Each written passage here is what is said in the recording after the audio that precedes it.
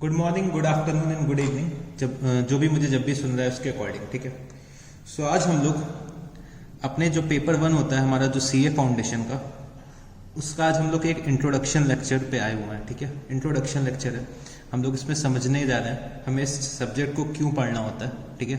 हमें इस सब्जेक्ट को क्यों पढ़ना होता है और हमें कितने मार्क्स के लिए पढ़ना है और हमारा जो सिलेबस है वो क्या होगा। ठीक है। और थोड़ा सा हम लोग आज बेसिक्स भी डिस्कस करेंगे इस सब्जेक्ट के। ठीक है। सो चलो, जो हमारा पेपर 1 होता है, पेपर वन जो हमारा होता है, जिसका नाम है principles and practices of accounting. Principles and practices of accounting, जो हमारा पेपर 1 है, principles and practices of accounting. ठीक है। सो जो हमारा पेपर होता है, सबसे पहले हम लोगों को ये मालूम होना चाहिए, हमें सबसे पहले ये मालूम होना चाहिए कि जो हमारा पेपर का एग्जाम पैटर्न क्या होना चाहिए। हमारा जो हमारा एग्जाम होगा उसमें कैसा एग्जामिनेशन पेपर आएगा, कितने मार्क्स का पेपर होता है और किस टाइप के क्वेश्चंस आएंगे, ये हमें सबसे पहले पता होना चाहिए। ठीक है। तो जैसे कि मैं आपको बताता हूँ, जो हमारा क्वेश्चन 1 आता है एग्जाम में। ठीक है। क्वेश्चन 1 जो हमारा आता है एग्जाम में वो कितने मार्क्स का होता है? 20 मार्क्स का। ठीक है। 20 मार्क्स का ये क्वेश्चन आता है। 20 मार्क्स में अगर मैं इसका बाइफरकेशन बताऊं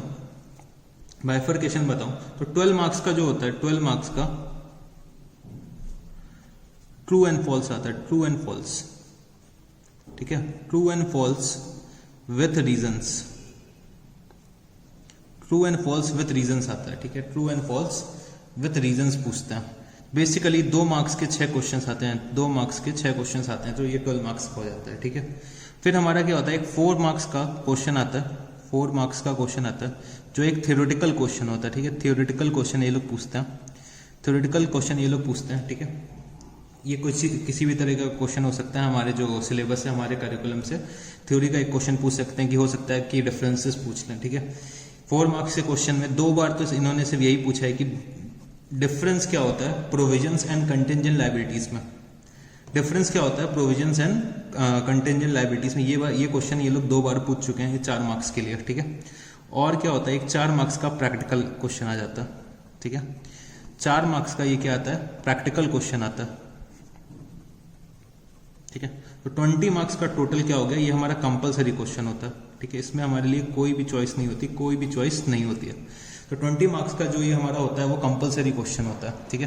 फिर जो हमारे क्वेश्चंस आते हैं, question number 2, question number 3, question number 4, question number 5 और क्वेश्चन नंबर 6।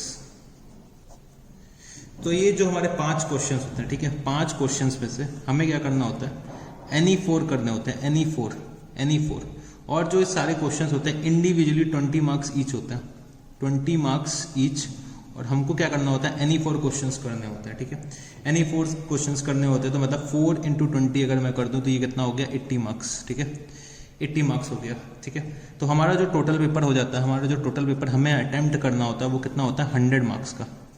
100 मार्क्स का जो पेपर आता है हमारा, वो हमें अटेम्प्ट करना होता है। ठीक है। अब इन क्वेश्चंस में क्वेश्चन नंबर 3, 4, 5 में जनरली क्या होता है, एक चॉइस और दे देते हैं। ठीक है।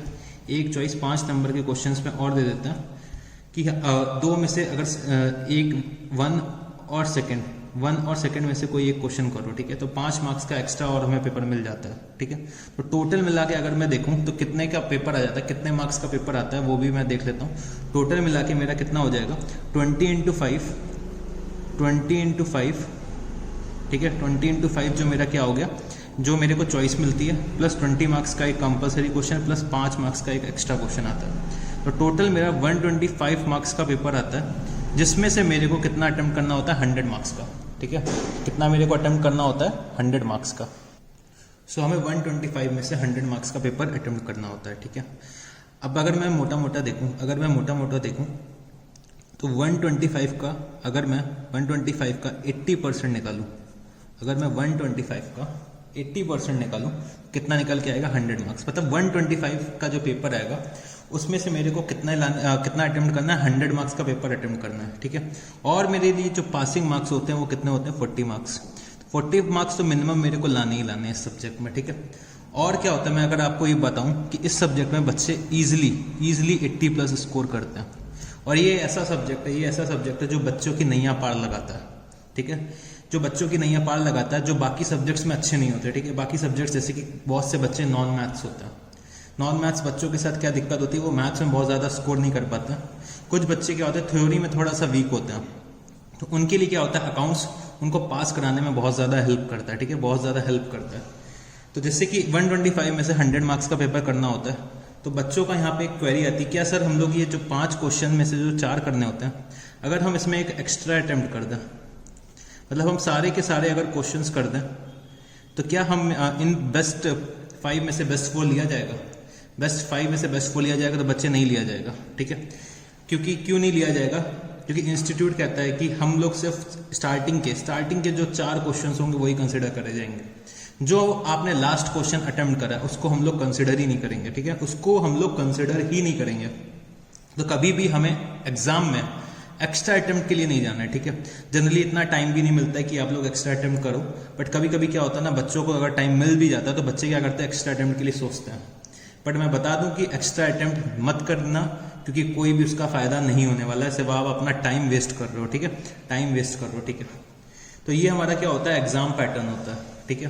तो अब हम लोग थोड़ा सा समझते हैं जो हमारा CA फाउंडेशन का सिलेबस होता है वो क्या होता है। तो चलो हम लोग सिलेबस पे आ जाते हैं। सिलेबस, ठीक है। तो जो हमें 100 मार्क्स, जो हमारा ये 125 मार्क्स का पेपर आता है, जो हमारा 125 मार्क्स का पेपर आता है, उसमें सिर्फ हमें क्या करना होता है, 100 मार्क्स का पेपर अटेम्प्ट करना होता है, ठीक है। सो सबसे पहले हमें मालूम होना चाहिए कि हमें क्या पढ़ना है इसके लिए। तो हमें सबसे पहले इंट्रोडक्शन करना पड़ता है अपना बेसिक्स से। तो बेसिक्स हमें मालूम होनी चाहिए, तो मैं लिख देता हूँ यहाँ पे, tight your shoes for basics, tight your shoes for basics. तो हमें सबसे पहले क्या होना चाहिए, बेसिक्स पता होने चाहिए। बेसिक्स में क्या होता है, हमारा एक चैप्टर होता है theoretical framework. Theoretical framework accounting का जो होता है वो हमें मालूम होना चाहिए, मतलब थ्योरी अकाउंट्स की। इसमें क्या क्या कवर होता है, अकाउंटिंग की जैसे डेफिनेशन हो गई, एडवांटेजेस, डिसएडवांटेजेस, ठीक है, लिमिटेशंस वही हो गई हमारी जो डिसएडवांटेजेस ही होता है, ठीक है, ऑब्जेक्टिव, स्कोप, एटसेट्रा एटसेट्रा, ठीक है। ये सब चीज़ें हमारी जो होती हैं थ्योरेटिकल फ्रेमवर्क में कवर होती हैं, ठीक है। थ्योरेटिकल फ्रेमवर्क में ये सब चीज़ें कवर होती हैं। मोर ओवर हमारे अकाउंटिंग के जो कॉन्सेप्ट्स होते हैं, कन्वेंशंस होते हैं, कॉन्सेप्ट्स, कन्वेंशंस, वो सब भी हमारे कहाँ कवर होते हैं, थ्योरेटिकल पेपर में कवर होते हैं, ठीक है, थ्योरेटिकल पेपर में कवर होते हैं। मोर ओवर हमें क्या करना पड़ता है, थ्योरेटिकल फ्रेमवर्क के बाद हमें अकाउंटिंग का प्रोसेस समझना पड़ता है, अकाउंटिंग का प्रोसेस। तो अकाउंटिंग प्रोसेस में हमें क्या क्या पढ़ना होता है वो भी हम लोग जान लेते हैं। अकाउंटिंग प्रोसेस में सबसे पहले हमें सीखना होता है जर्नल एंट्रीज, ठीक है, जर्नल एंट्रीज हमें सीखनी होती हैं। फिर हमें क्या करना होता है, लेजर बनाना सीखना होता है, ठीक है। उसके बाद हमें कुछ कैश बुक्स कैसे बनती हैं वो भी हमें सीखना होता है। कैश बुक के बाद क्या होता है, हमारी सब्सिडरी बुक्स जो होती हैं, सब्सिडरी बुक्स जो होती हैं वो हमें सीखनी होती हैं। फिर हमें क्या होता है, ट्रायल बैलेंस एक बनाना पड़ता है, ट्रायल बैलेंस, ठीक है, ट्रायल बैलेंस बनाना भी सीखना पड़ता है, ठीक है। तो इन सब में अगर कोई मिस्टेक होती तो हमें उसका क्या करना पड़ता है, रेक्टिफिकेशन भी करना पड़ता है, ठीक है, रेक्टिफिकेशन भी हमें सीखना है। तो ये सब हमारे क्या हो गए, अकाउंटिंग के प्रोसेस के पार्ट हो गए, ठीक है, अकाउंटिंग के प्रोसेस के पार्ट हो गए, ठीक। इसके बाद क्या आता है, to survive in practical world.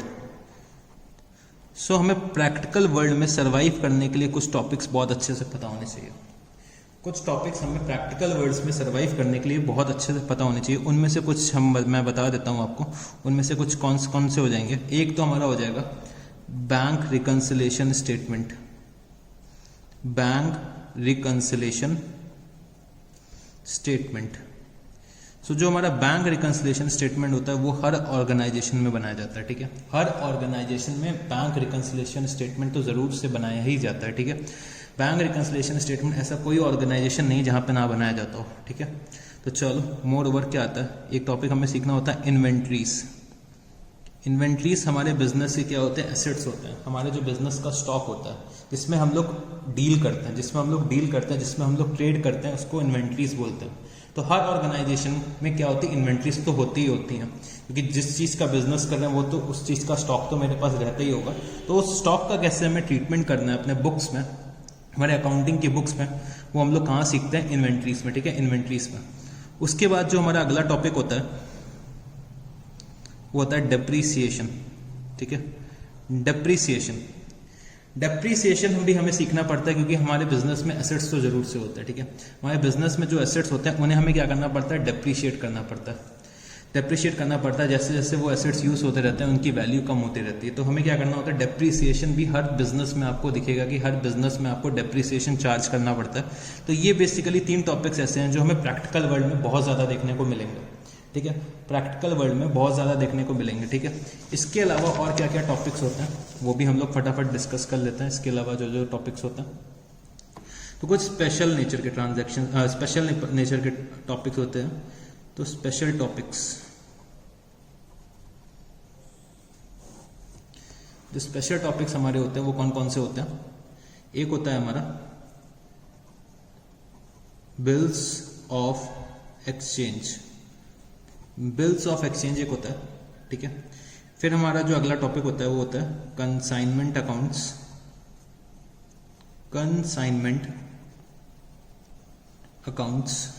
ठीक है, कंसाइनमेंट अकाउंट्स। उसके बाद जो अगला टॉपिक होता है हमारा एवरेज ड्यू डेट। फिर अकाउंट करंट, ठीक है, अकाउंट करंट। फिर होता है एक हमारा sale of goods on approval oblique return basis, sale of goods on approval oblique return basis, ठीक है। तो जो हमारा बिल्स ऑफ एक्सचेंज होता है, बिल्स ऑफ एक्सचेंज तो हम लोग तब भी थोड़ा पहले से पढ़ के आते हैं। जो ये 4 टॉपिक्स है वो टोटली न्यू है हमारे सीए फाउंडेशन के करिकुलम के लिए, ठीक है। तो ये 4 टॉपिक्स हमें अलग से पढ़ने होते हैं, ठीक है, ये 4 टॉपिक्स हमें अलग से पढ़ने होते हैं। मोर ओवर जो इन्वेंट्रीज भी था हमारा वो भी टोटली न्यू टॉपिक है, ठीक है, वो भी टोटली क्या है, न्यू टॉपिक है हमारे सीए फाउंडेशन के करिकुलम के लिए, ठीक है। उसके बाद कुछ टॉपिक लॉ ने हम लोगों के लिए रख रखे हैं। तो लॉ इज कीपिंग, ठीक है, लॉ इज कीपिंग। कुछ टॉपिक्स हम लोगों के लिए लॉ ने रख रखे हैं कि जो टॉपिक्स हमें पढ़ने ही पढ़ने हैं, ठीक है। तो जो होते हैं, एक तो होता है हमारा फाइनल अकाउंट्स, ठीक है। फाइनल अकाउंट्स किसका, एक तो होता है हमारा मैन्युफैक्चरिंग एंटिटीज,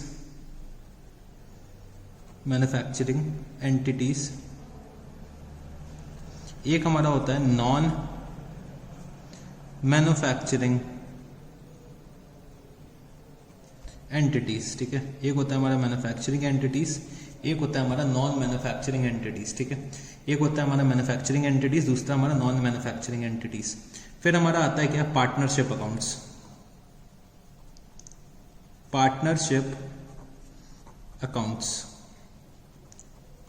तो पार्टनरशिप अकाउंट्स में पहले मैं बता देता हूं आप लोगों को क्या क्या पढ़ना पड़ता है। एक होता है हमारा फंडामेंटल्स जो होते हैं पार्टनरशिप के, वो हमें समझने होते हैं। फिर आता है एडमिशन ऑफ अ पार्टनर। फिर एक टॉपिक आता है change in profit sharing ratio. फिर एक होता है retirement oblique death of a partner, ठीक है, retirement oblique death of a partner. तो ये सब टॉपिक्स भी हमें क्या करना होता है, अपने सीए फाउंडेशन के करिकुलम में पढ़ने होते हैं, ठीक है। अब बच्चों की क्वेरी आती है कि सर क्या हम लोगों को डिसोल्यूशन भी पढ़ना होता है सीए फाउंडेशन के लिए? नहीं, मैं आपको बता देना चाहता हूँ बच्चों, सीए फाउंडेशन में डिसोल्यूशन हमारे सिलेबस में नहीं है, ठीक है, डिसोल्यूशन हमारे सिलेबस में नहीं है। मोर ओवर हमारा क्या है, एक थ्योरेटिकल टॉपिक आ जाता है LLP, लिमिटेड लायबिलिटी पार्टनरशिप, ठीक है, लिमिटेड लायबिलिटी पार्टनरशिप। ये हमारे सीए फाउंडेशन के अकाउंट्स के करिकुलम में ये एक थ्योरेटिकल टॉपिक है, ये एक थ्योरेटिकल टॉपिक है, ठीक है। ये आपको लॉ में भी पढ़ना होता है और आप लोग ये चीज़ अकाउंट्स में भी पढ़ते हैं, ठीक है। तो अगर किसी एक जगह भी आपने अच्छे से पढ़ लिया तो ये टॉपिक दोनों जगह कवर होता है, ठीक है, दोनों जगह कवर होता है, ठीक है। फिर हमारा क्या आता है, कंपनी अकाउंट्स। क्या होता है, कंपनी अकाउंट्स, कंपनी अकाउंट्स। तो कंपनी अकाउंट्स में हमें क्या क्या पढ़ना होता है, issue of shares, issue of debentures, issue of shares, issue of debentures, और हमें क्या पढ़ना होता है, फाइनेंशियल स्टेटमेंट्स, मतलब किसी कंपनी के बैलेंस शीट और प्रॉफिट एंड लॉस अकाउंट्स भी हमें पढ़ने होते हैं। बैलेंस शीट और प्रॉफिट एंड लॉस अकाउंट भी हमें पढ़ने और समझते हैं, उनके फॉर्मेट्स को समझना है, ठीक है। सो ये सब टॉपिक्स हमें क्या होता है, कंपनी अकाउंट से पढ़ने होते हैं, issue of shares, issue of debentures और फाइनेंशियल स्टेटमेंट्स, कंपनी के फाइनेंशियल बैलेंस शीट और प्रॉफिट एंड लॉस अकाउंट। तो यहाँ पे कुछ बच्चों की ये क्वेरी आती है कि क्या सर हम लोगों को रिडम्पशन ऑफ डिबेंचर्स भी पढ़ना होता है।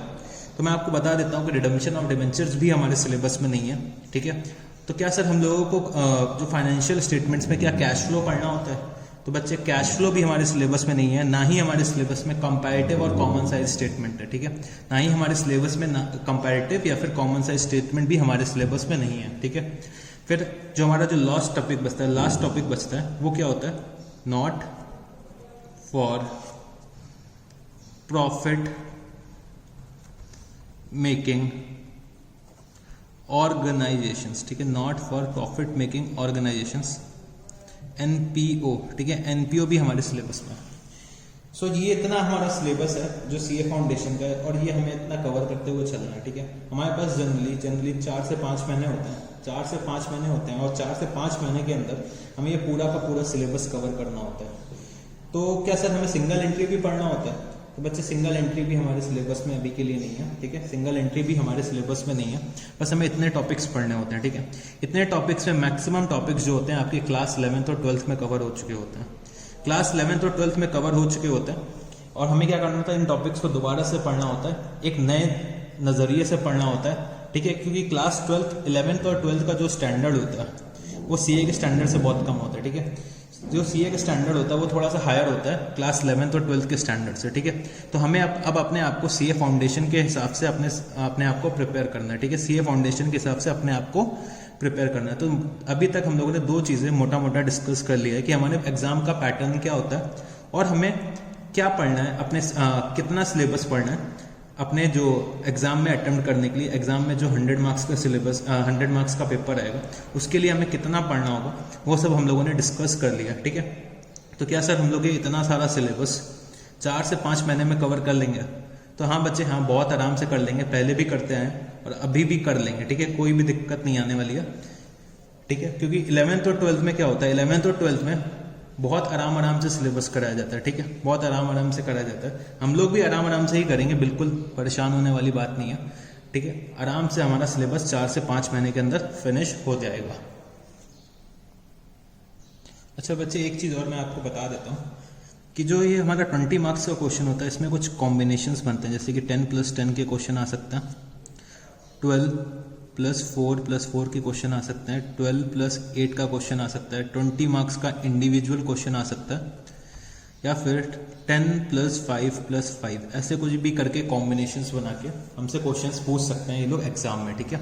हम लोगों से ऐसे कोई भी कॉम्बिनेशन बना के एग्जाम में पूछ सकते हैं, ठीक है। तो हमें 100 मार्क्स का पेपर के लिए प्रिपेयर करना है, ठीक है। हमारे पास 125 मार्क्स का पेपर आता है, उसमें से हमें 100 मार्क्स का अटेम्प्ट करना होता है बहुत ईजिली से। इस सब्जेक्ट में 80+ लाना बहुत ईजी है, बहुत ईजी सी बात है, ठीक है। बहुत कॉमन सी बात है, ठीक है। तो चलो अब हम लोग अपने सब्जेक्ट को शुरू करते हैं। कोई भी सब्जेक्ट को पढ़ने से पहले हमें सबसे पहले ये पता होना चाहिए कि हम उस सब्जेक्ट को क्यों पढ़ रहे हैं, ठीक है। कोई भी सब्जेक्ट को पढ़ने से पहले हमें ये पता होना चाहिए कि हम उस सब्जेक्ट को क्यों पढ़ रहे हैं, हमें उससे क्या बेनिफिट मिलने वाला है, ठीक है। तो मैं आपको ये बता देता हूँ कि जो हमारा ये हमारा सब्जेक्ट है वो हमारा आगे चल के ब्रेड एंड बटर बनने वाला है, ठीक है। हमारी रोजी रोटी बनने वाला है। तो हमें इस सब्जेक्ट को प्रायोरिटी देनी है, ठीक है, हमें सब्जेक्ट को प्रायोरिटी देनी है, सब्जेक्ट को इंपॉर्टेंस देनी है, ठीक है। जिसको जितना ज़्यादा इंपॉर्टेंस दोगे वो आपको उतना ज़्यादा वैल्यू देगा, ठीक है, वो आपको उतना ज़्यादा वैल्यू देगा, ठीक है। तो चलो फिर हम इस सब्जेक्ट को स्टार्ट करते हैं। इंट्रोडक्शन ऑफ अकाउंटिंग, ठीक है, इंट्रोडक्शन ऑफ अकाउंटिंग। तो सबसे पहले हम लोग समझने की कोशिश करते हैं ये जो हमारा अकाउंटिंग जो सब्जेक्ट आया, ठीक है, अकाउंट्स जो सब्जेक्ट आया वो कब आया। तो मैं आपको बता दूं ये सब्जेक्ट हमारा करीबन 12th सेंचुरी में आ चुका था, ठीक है। 12th सेंचुरी में लोगों ने अकाउंटिंग करना शुरू कर दिया था। 12th सेंचुरी में लोगों ने अकाउंटिंग करना शुरू कर दिया था। उस टाइम पे क्या होता था, उस टाइम पे क्या होता था कि उस टाइम पे महाराजा लोग होते थे, किंग्स वगैरह होते थे और उनकी खूब सारी प्रजा होती थी, ठीक है, प्रजा होती थी। और जो राजा की जो प्रजा होती थी, राजा के जो टाउन के जो लोग होते थे, जो पीपल होते थे, वो राजा के पास क्या करते थे, जाके अपनी चीजें देते थे, मतलब अपना जो फार्मर्स वगैरह होते थे। उस टाइम पे क्या होता था, जो हमारा मेन ऑक्यूपेशन होता था, मेन ऑक्यूपेशन हमारा एग्रीकल्चर होता था। तो एग्रीकल्चर से जो भी प्रोड्यूस निकलता था, जो भी क्रॉप्स एंड ऑल डेवलप होते थे, वो लोग क्या करते थे, राजा को देते थे और राजा इन रिटर्न उनको कुछ देता था। जैसे कि उस टाइम गोल्ड के कॉइन्स चलते थे, मोर ओवर सिल्वर के कॉइन्स चलते थे और बार्टर सिस्टम चलता है, ठीक है। बार्टर सिस्टम क्या होता है, एक कमोडिटी की जगह हम लोग दूसरी कमोडिटी किसी को दे देते हैं, ठीक है, एक कमोडिटी की जगह दूसरी कमोडिटी दे देते हैं। तो जब इतने सारे लोग होते थे तो राजा को भी अपनी प्रजा की अकाउंटिंग करनी पड़ती थी, ठीक है। कहीं ना कहीं उसको अपने रिकॉर्ड्स मेंटेन करने पड़ते थे कि किसने उसको कितना दिया और टोटल एक साल में उसको कितनी चीजें मिली, कितना प्रोड्यूस हुआ और कितने गोल्ड कॉइन्स, सिल्वर कॉइन्स, कैसे क्या बार्टर सिस्टम के थ्रू एक्सचेंज हुआ। तो राजा को भी कहीं ना कहीं अपना मुनीम को बैठाना पड़ता था, जिससे कि वो अपनी रिकॉर्डिंग करे, ठीक है। टाइम टू टाइम उसको क्या मिले, रिपोर्ट्स मिल सकें, कितना क्या हमारा जो हो रहा है, कितना हमारा क्या प्रोड्यूस है, वो राजा को भी रिपोर्ट मिल सके, ठीक है। अकाउंटिंग अगर मैं देखूं तो ये हमारा जो सब्जेक्ट है इतना प्रैक्टिकल है। इसकी थ्योरी समझने के लिए अगर हमने इसका प्रैक्टिकल समझ लिया तो थ्योरी हमें अपने आप आ जाएगी। तो इसके लिए जैसे कि मैं एक एग्जाम्पल लेता हूँ, जैसे कि मैं कोई एक स्कूटी या बाइक चलाता हूँ, ठीक है।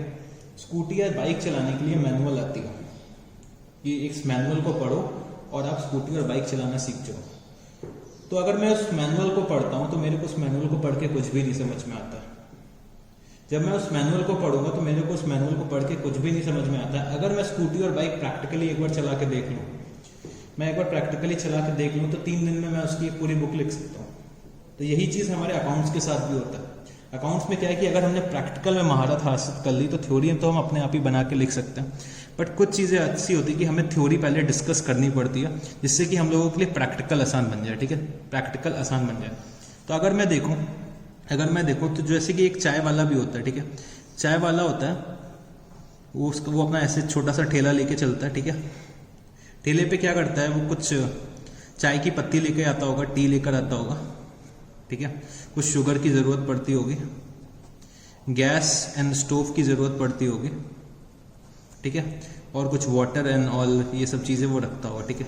तो ये सब उसके लिए क्या हो गया, उसके लिए होता है चाय बनाने के लिए इनपुट मतलब उसके लिए ये मटेरियल हो गया। उसको ये कहीं ना कहीं से परचेज करना पड़ता होगा, ठीक है। उसको कहीं ना कहीं से ये सब चीज़ें परचेज करनी होती होगी। और जब वो यहाँ पे ऐसे जो बना रहा है, चाय बना रहा है, यहाँ पे नीचे से आग लग रही है, ठीक है, नीचे से जो आग लग रही है, तो यहाँ पे जो चाय बनाता है वो अपने कस्टमर को बेचता है, ठीक है। वो अपने कस्टमर को क्या करता है, सेल्स करता है। तो दिन भर में क्या सेल्स कर रहा है वो और दिन भर में क्या वो एक्सपेंसेस कर रहा है, उसको भी कहीं ना कहीं रिकॉर्ड करना पड़ता है। जब तक हमें अपने बिजनेस का पता ना चले कि हम लोग क्या इनकम कमा रहे हैं, हमारे लिए बिजनेस करना क्या पॉसिबल होगा। हर बिजनेसमैन को मालूम होना चाहिए कि वो टाइम टू टाइम कितना कमा रहा है, ठीक है। अब मोर ओवर अकाउंटिंग की जरूरत कहाँ पड़ी कि लेट्स टेक कि जो हमारा ये चाय वाला था वो स्टार्टिंग में क्या करता है, अपनी जब चाय ओपन करता है, जब अपनी चाय की दुकान ओपन करता है तो इनिशियली तो वो सब चीज़ें कैश में सेल कर रहा होता है, ठीक है। बट जब वो रेगुलर हो जाता है, जब वो पुराना हो जाता है, तो उसके जो कुछ रेगुलर कस्टमर बन जाता है।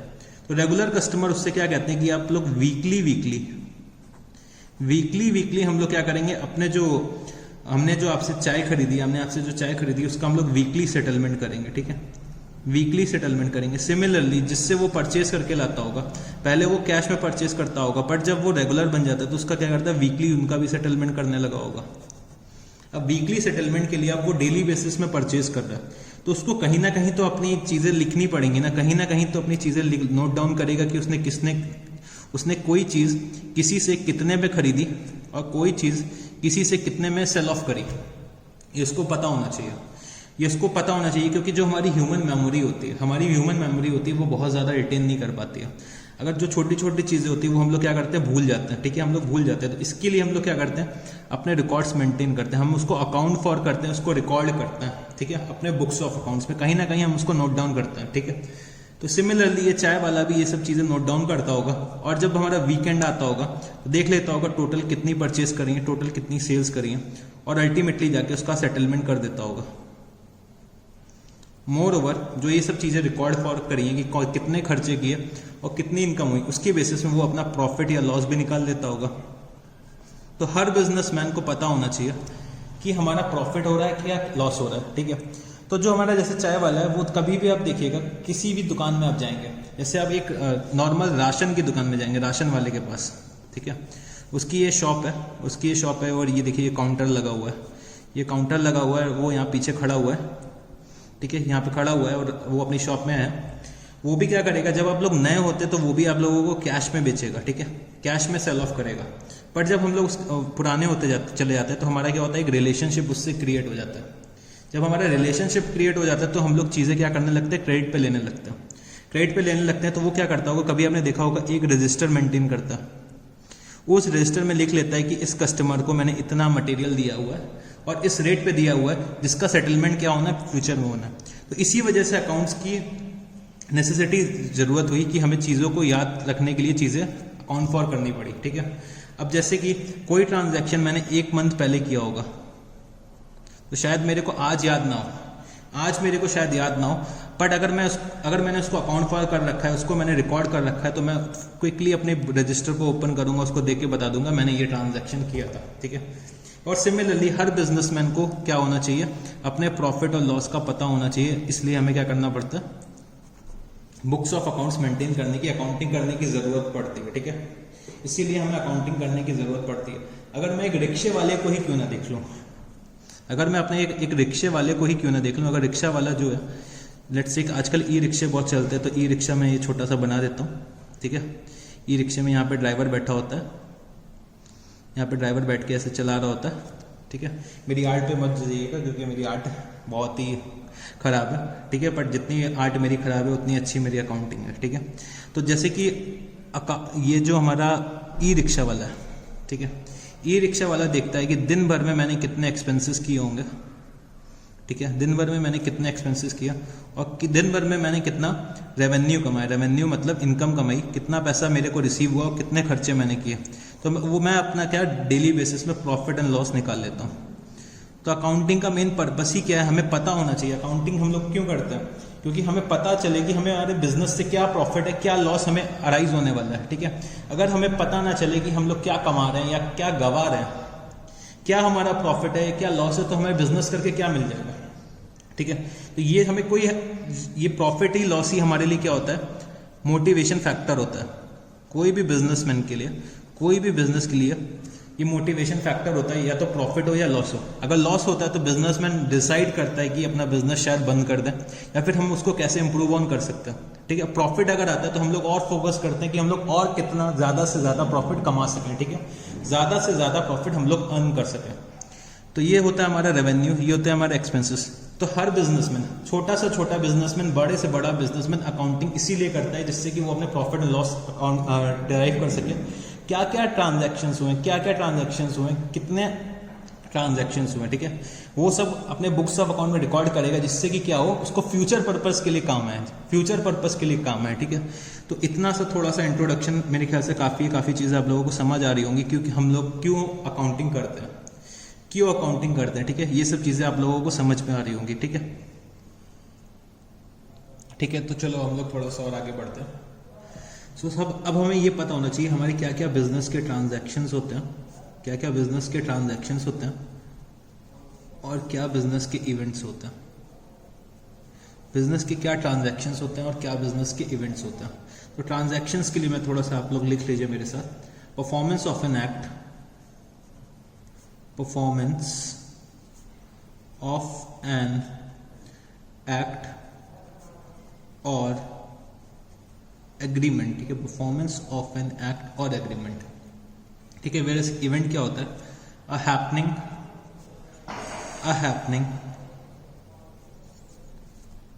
as a result of transaction, a happening as a result of transaction।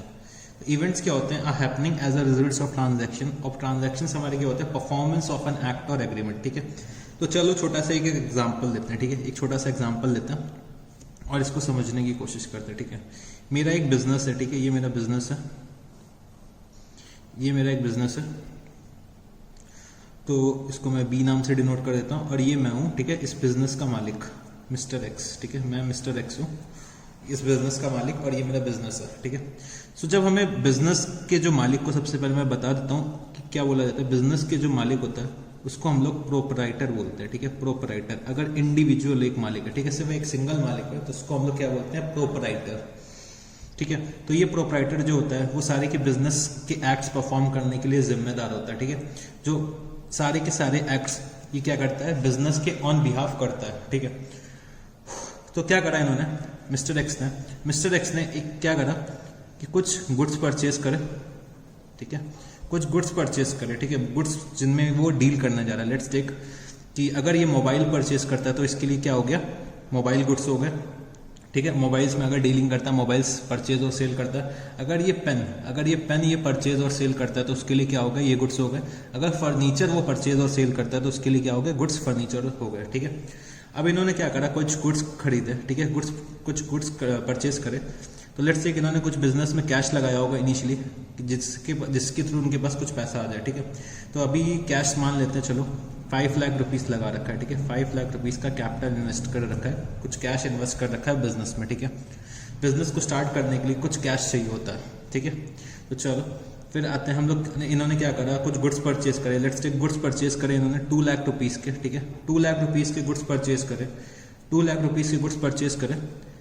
और इन्होंने क्या करा, इस 2 लाख रुपीस के गुड्स पे, 2 लाख रुपीस के गुड्स में से 1,60,000 रुपीस के गुड्स, 1,60,000 के गुड्स इन्होंने क्या करा, 2 लाख रुपीस में सेल ऑफ कर दिया, 2 लाख रुपीस में सेल कर दिया, ठीक है, 2 लाख रुपीस में सेल कर दिया। तो अगर मैं देखूं तो 1,60,000 की चीज को, 1,60,000 रुपीस की चीज को इन्होंने कितने पे सेल ऑफ कर दिया, 40,000 रुपीस पे सेल ऑफ कर दिया, सॉरी 1,60,000 रुपीस को इन्होंने सेल ऑफ कर दिया 2 लाख रुपीस में, और इनको क्या हो गया, 40,000 रुपीस का इसमें प्रॉफिट हो गया, ठीक है। इसमें प्रॉफिट कितना हो गया, 40,000 रुपीस, ठीक है।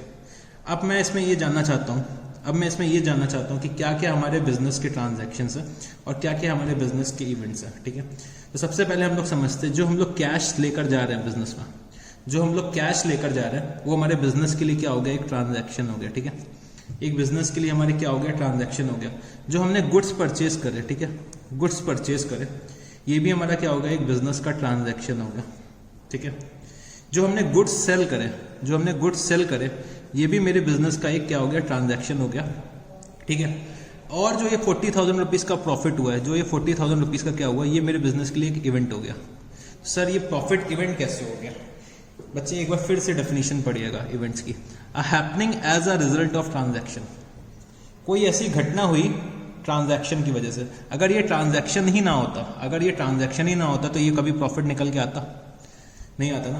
तो जो हमारा इवेंट्स होते हैं, इवेंट्स क्या होते हैं, रिजल्ट ऑफ ट्रांजैक्शन होता है। रिजल्ट ऑफ ट्रांजैक्शन, कोई ट्रांजैक्शन मैंने करा और उसका जो रिजल्ट आया उसको हम लोग क्या बोल देते हैं, इवेंट्स बोल देते हैं, ठीक है, ठीक है।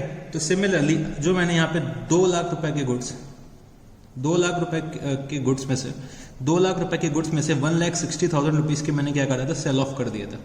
तो मेरे पास अभी भी 40,000 के गुड्स होंगे ना। इस 40,000 के गुड्स को भी हम क्या बोल देंगे, इवेंट बोल देते हैं। क्यों बोल देते हैं, क्या हमने इसके लिए कोई ट्रांजैक्शन किया है, क्या हमने कुछ परचेज और सेल करा है, कोई हमने एक्ट परफॉर्म करा है, कोई हमने एग्रीमेंट परफॉर्म करा है, नहीं। हमने क्या करा है, सिर्फ एक ट्रांजैक्शन करा है जिसमें सिर्फ 2 लाख में से 1,60,000 रुपीस के गुड्स सेल ऑफ कर दिया। 2 लाख रुपीस में से 1,60,000 रुपीस के गुड्स हमने सेल ऑफ करे, जिसकी वजह से 40,000 रुपीस के गुड्स अभी भी बच गए, जिसकी वजह से 40,000 के गुड्स अभी भी बच गए, तो ये हमारा क्या हो गया, बिजनेस के लिए एक इवेंट हो गया। बिजनेस के लिए क्या हो गया, इवेंट हो गया। तो सबसे पहले हमें ये पता होना चाहिए क्या क्या हमारे बिजनेस के ट्रांजैक्शंस होते हैं, क्या क्या हमारे बिजनेस के इवेंट्स होते हैं। तो हमें सबसे पहले ट्रांजैक्शंस और इवेंट्स को आइडेंटिफाई करना होता है बिजनेस के अपने, ठीक है। हमें अपने सबसे पहले बिजनेस के ट्रांजैक्शंस और इवेंट्स को आइडेंटिफाई करना होता है।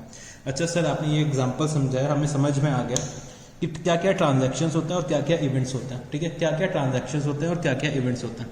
तो चलो बच्चे, एक और मैं एग्जाम्पल लेता हूँ, ठीक है। ये है हमारे मिस्टर बी हैं, ठीक है, मिस्टर बी, ठीक। इन्होंने क्या करा, अपना एक बिजनेस चालू करा, ठीक है। ये अब इन्होंने अपना बिजनेस चालू करा, उसका नाम कर दिया एक्सेंट कंपनी, ठीक है। एक्सेंट कंपनी नाम से इन्होंने एक अपना बिजनेस शुरू करा, ठीक है। एक्सेंट कंपनी के नाम से बिजनेस शुरू करा। इन्होंने क्या करा, अपनी कंपनी के लिए कुछ गुड्स परचेज करे, कुछ इलेक्ट्रिसिटी बिल पे करा, कुछ इलेक्ट्रिसिटी बिल पे करा, ठीक है। कुछ बिजनेस के एक्सपेंसेस और करे, ठीक है। इन्होंने अपने घर का रेंट पे करा, होम का रेंट पे करा, होम रेंट पेड, ठीक है। तो ये सब कुछ इन्होंने ट्रांजैक्शंस करे, ठीक है। ये सब इन्होंने क्या करे, ट्रांजैक्शंस करे। क्या आप लोगों को लग रहा है इनमें से कोई इवेंट है? तो बच्चे नहीं, कोई भी इवेंट नहीं है, क्योंकि कोई भी एज अ रिजल्ट, इवेंट हमारे क्या होते हैं, as a result of transaction होते हैं, ठीक है। इवेंट्स हमारे क्या होते हैं, as a result of transactions होते हैं।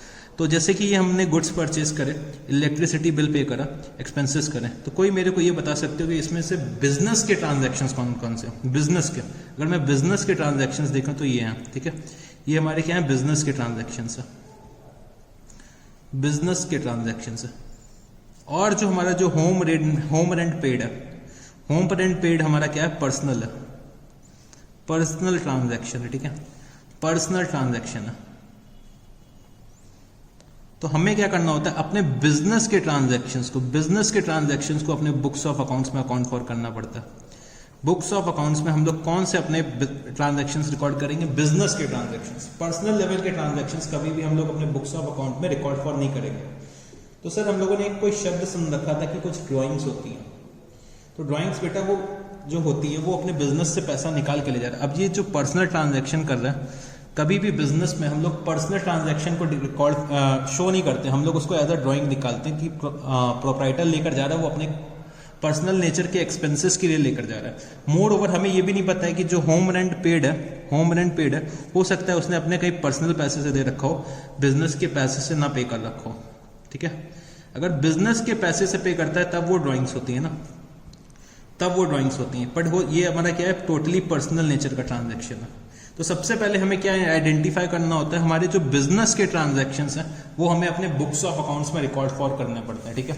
हमें अपने बिजनेस के ट्रांजैक्शंस को बुक्स ऑफ अकाउंट्स में रिकॉर्ड फॉर करना होता है, ना कि पर्सनल ट्रांजैक्शंस को, ठीक है। तो चलो और आगे बढ़ते हैं हम लोग। तो जैसे कि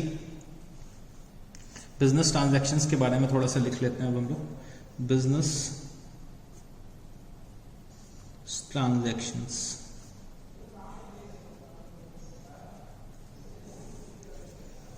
business transactions, it means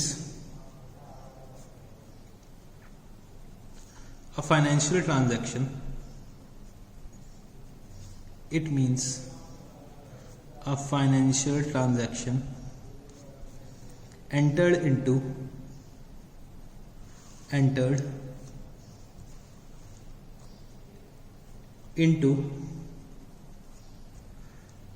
by two parties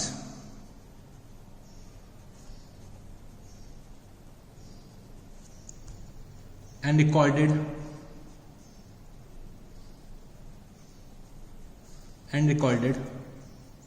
in the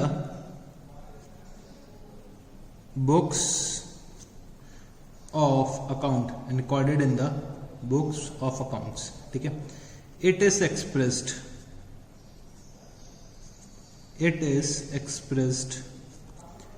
in terms of money, it is expressed in terms of money, ठीक है। जैसे कि अगर मैं इसका एग्जांपल ले लूँ, अगर मैं एक एग्जांपल ले लूँ, तो जैसे हो गया हमारा purchase of goods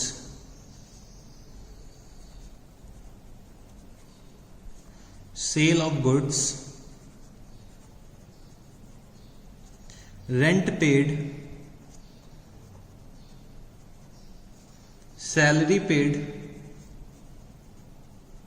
etcetera and etcetera. ठीक है, ये सब हमारे क्या होता है, बिजनेस के ट्रांजैक्शंस होते हैं। ठीक है, बिजनेस के ट्रांजैक्शंस होते हैं। तो कोई भी ट्रांजैक्शन को अकर होने के लिए एटलीस्ट 2 पार्टीज की हमें नेसेसिटी होती है। कोई भी ट्रांजैक्शन तभी हो सकता है जब कोई एक लेनदार हो और एक कोई देनदार हो। ठीक है, मतलब किसी कोई ना कहीं से टू वे मूवमेंट होना चाहिए, टू वे मूवमेंट होना चाहिए, एटलीस्ट 2 पार्टीज हमारी होनी चाहिए। ठीक है, 2 पार्टीज एटलीस्ट हमारी होनी चाहिए। तो चलो जी और आगे बढ़ते हैं हम लोग। तो अब हम लोग डिस्कस करते हैं प्रोसेस या फिर कैरेक्टरिस्टिक्स और attributes of accounting. Process, characteristics या फिर एट्रीब्यूट्स ऑफ अकाउंटिंग। ठीक है, प्रोसेस, कैरेक्टरिस्टिक्स और एट्रीब्यूट्स ऑफ अकाउंटिंग। चलो जी और थोड़ा सा आगे बढ़ते हैं। तो सबसे पहले हमने इसमें समझने की क्या ज़रूरत है, इसमें हम लोग ये समझते हैं सबसे पहले कि हमें सबसे पहले आइडेंटिफाई करना पड़ता है। आइडेंटिफिकेशन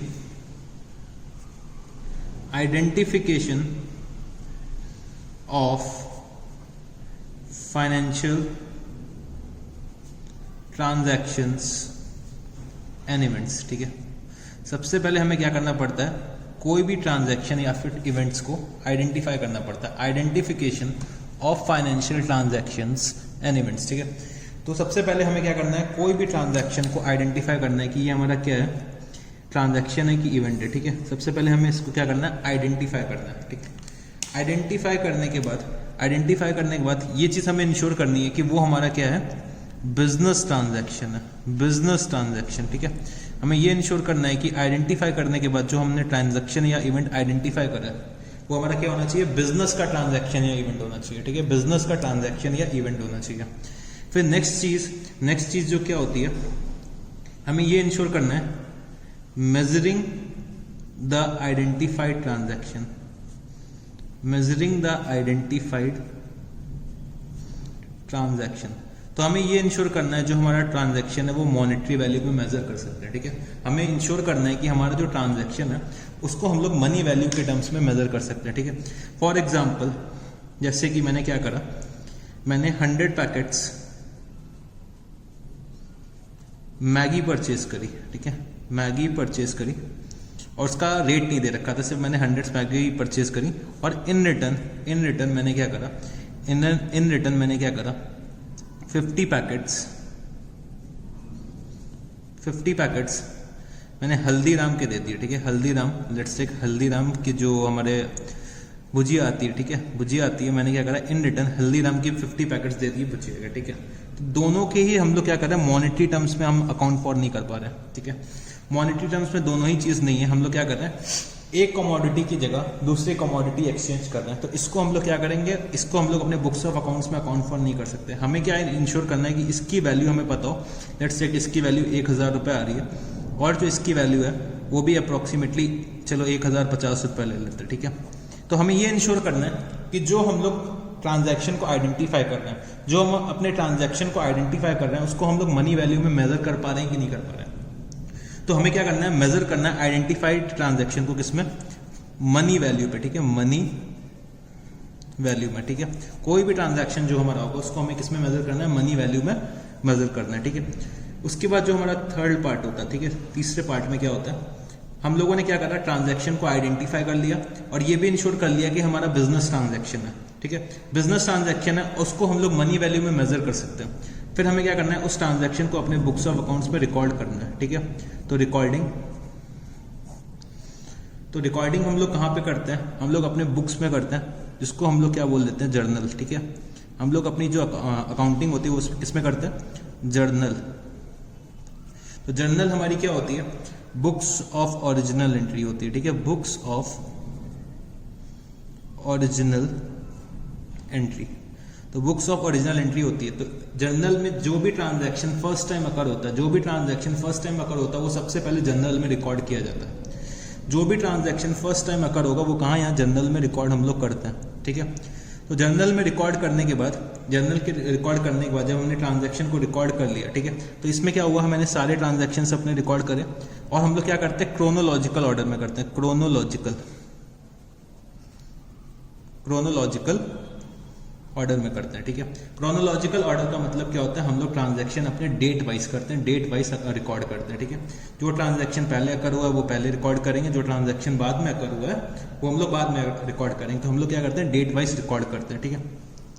फिर सारे के सारे ट्रांजैक्शंस मैंने क्या करा, ये अपनी एक बुक में रिकॉर्ड कर लिया जिसका नाम था जर्नल, ठीक है। फिर मेरे को जरूरत पड़ती कि किसी एक पर्टिकुलर नेचर का एक्सपेंस, किसी एक पर्टिकुलर नेचर का खर्चा या किसी पर्टिकुलर नेचर की कोई भी एक इनकम, उसको हमें क्या करना होता है, अलग अलग करना पड़ता है, अलग अलग उसको क्लासिफाई करना पड़ता है, ठीक है।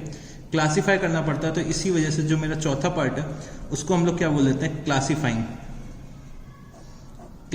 ठीक है।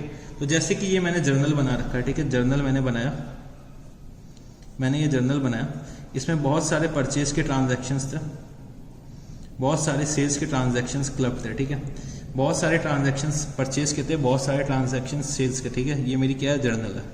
फिर मैंने क्या करा, इन ट्रांजैक्शंस को निकाल के मैंने क्या करा, एक सेपरेट बुक बनाई जिसको हम लोगों ने क्या बोल दिया, लेजर, ठीक है। इसको हम लोगों ने क्या बोल दिया, लेजर।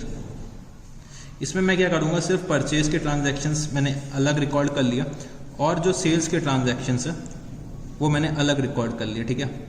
तो मैं क्या कर रहा हूँ, जर्नल की बुक से अपने ट्रांजैक्शंस को क्लासिफाई कर रहा हूँ लेजर में, जिससे कि हमें ये पता चल सके कि कोई एक पर्टिकुलर नेचर का खर्चा, इनकम, या फिर किसी पर्टिकुलर नेचर का जो एसेट है वो हमारे बुक्स में कितनी वैल्यू चल रही है, ठीक है। फॉर एग्जाम्पल, क्लासीफाई करने की जरूरत क्यों पड़ती है ये भी मैं थोड़ा सा और एक्सप्लेन करता हूँ, ठीक है। हमारे एक मिस्टर एक्स है, ठीक है, मिस्टर एक्स है, इन्होंने क्या करा, वाई से कुछ गुड्स परचेज करे, लेट्स टेक 25,000 रुपीज़ के, ठीक है, 25,000 रुपीज़ के गुड्स परचेज करे वाई से, और क्या करा, तो इन्होंने 25,000 के परचेज करे और वाई ने भी इनसे लेटर ऑन 30,000 रुपीज़ के गुड्स परचेज करे, ठीक है, 30,000 रुपीज़ के गुड्स परचेज करे। ये ट्रांजैक्शन मान लेते हैं कि ये हुआ 1 जुलाई को और ये हो रहा है 1 अगस्त को, ठीक है। अब मैंने क्या करा, अपने जर्नल में तो मैंने रिकॉर्ड कर लिया कि ये ट्रांजैक्शन मैंने परचेज का है, ये ट्रांजैक्शन मैंने सेल्स का किया हुआ, एक्स की बुक्स की अगर मैं बात करता हूँ, मैंने क्या करा कि एक्स की बुक्स में मैंने 25,000 रुपीज़ का परचेज भी करा है और 30,000 रुपीज़ का सेल भी करा है, बट ये मैंने कहाँ, जर्नल पे रिकॉर्ड कर रखा है। अब जर्नल में जब ढूंढने बैठूंगा तो मेरे को क्या करना पड़ेगा, सारे के सारे पन्ने फिर से पलटने पड़ेंगे, जिससे कि मेरे को पता चल सके मेरा वाई से क्या लेना है, क्या देना है। अगर मैं इसको मोटा मोटा देखूँ तो मेरे को 5,000 रुपये, 5,000 रुपीज़ वाई से लेने होंगे, ठीक है, क्योंकि 25,000 की परचेज करी है और 30,000 रुपीज़ की सेल करी है। बट क्या होता है, बिजनेस में हमें जनरली याद नहीं रहता, एक महीने में अगर 1 महीना हो चुका होता है ट्रांजैक्शंस में, तो हम लोग चीज़ें क्या होता है, भूल जाते हैं, ठीक है। अब जब हम जर्नल के बार बार पन्ने पलटेंगे, ठीक है, इसमें क्या होगा, हमारा टाइम वेस्ट होगा। इसीलिए हम लोगों ने क्या करा, अपने ट्रांजैक्शंस को, किसी पर्टिकुलर नेचर के ट्रांजैक्शंस को हमने क्या करा, क्लासीफाई कर लिया। अब जैसे कि मेरे बुक्स में अगर वाई का अकाउंट बना होगा, ठीक है, एक्स की बुक में अगर वाई का अकाउंट मैंने बना रखा होगा, वाई का एक लेजर बना रखा होगा, वाई के ट्रांजैक्शंस को अलग से क्लासीफाई कर रखा होगा, तो मेरे को ऑन द स्पॉट पता चल जाएगा कि मेरे को कितना उससे लेना है या फिर मेरे को कितना उसको देना है, ठीक है। तो इसीलिए हमें क्या करने की जरूरत पड़ी, क्लासीफाई करना पड़ा अपने ट्रांजैक्शंस को, ठीक है। ट्रांजैक्शंस को क्या करना पड़ा, क्लासीफाई करना पड़ा, ठीक है। तो चलो जी और आगे बढ़ते हैं। जो हमारा नेक्स्ट पार्ट होता है, नेक्स्ट प्रोसेस होता है, नेक्स्ट स्टेप होता है, वो होता है समराइजिंग।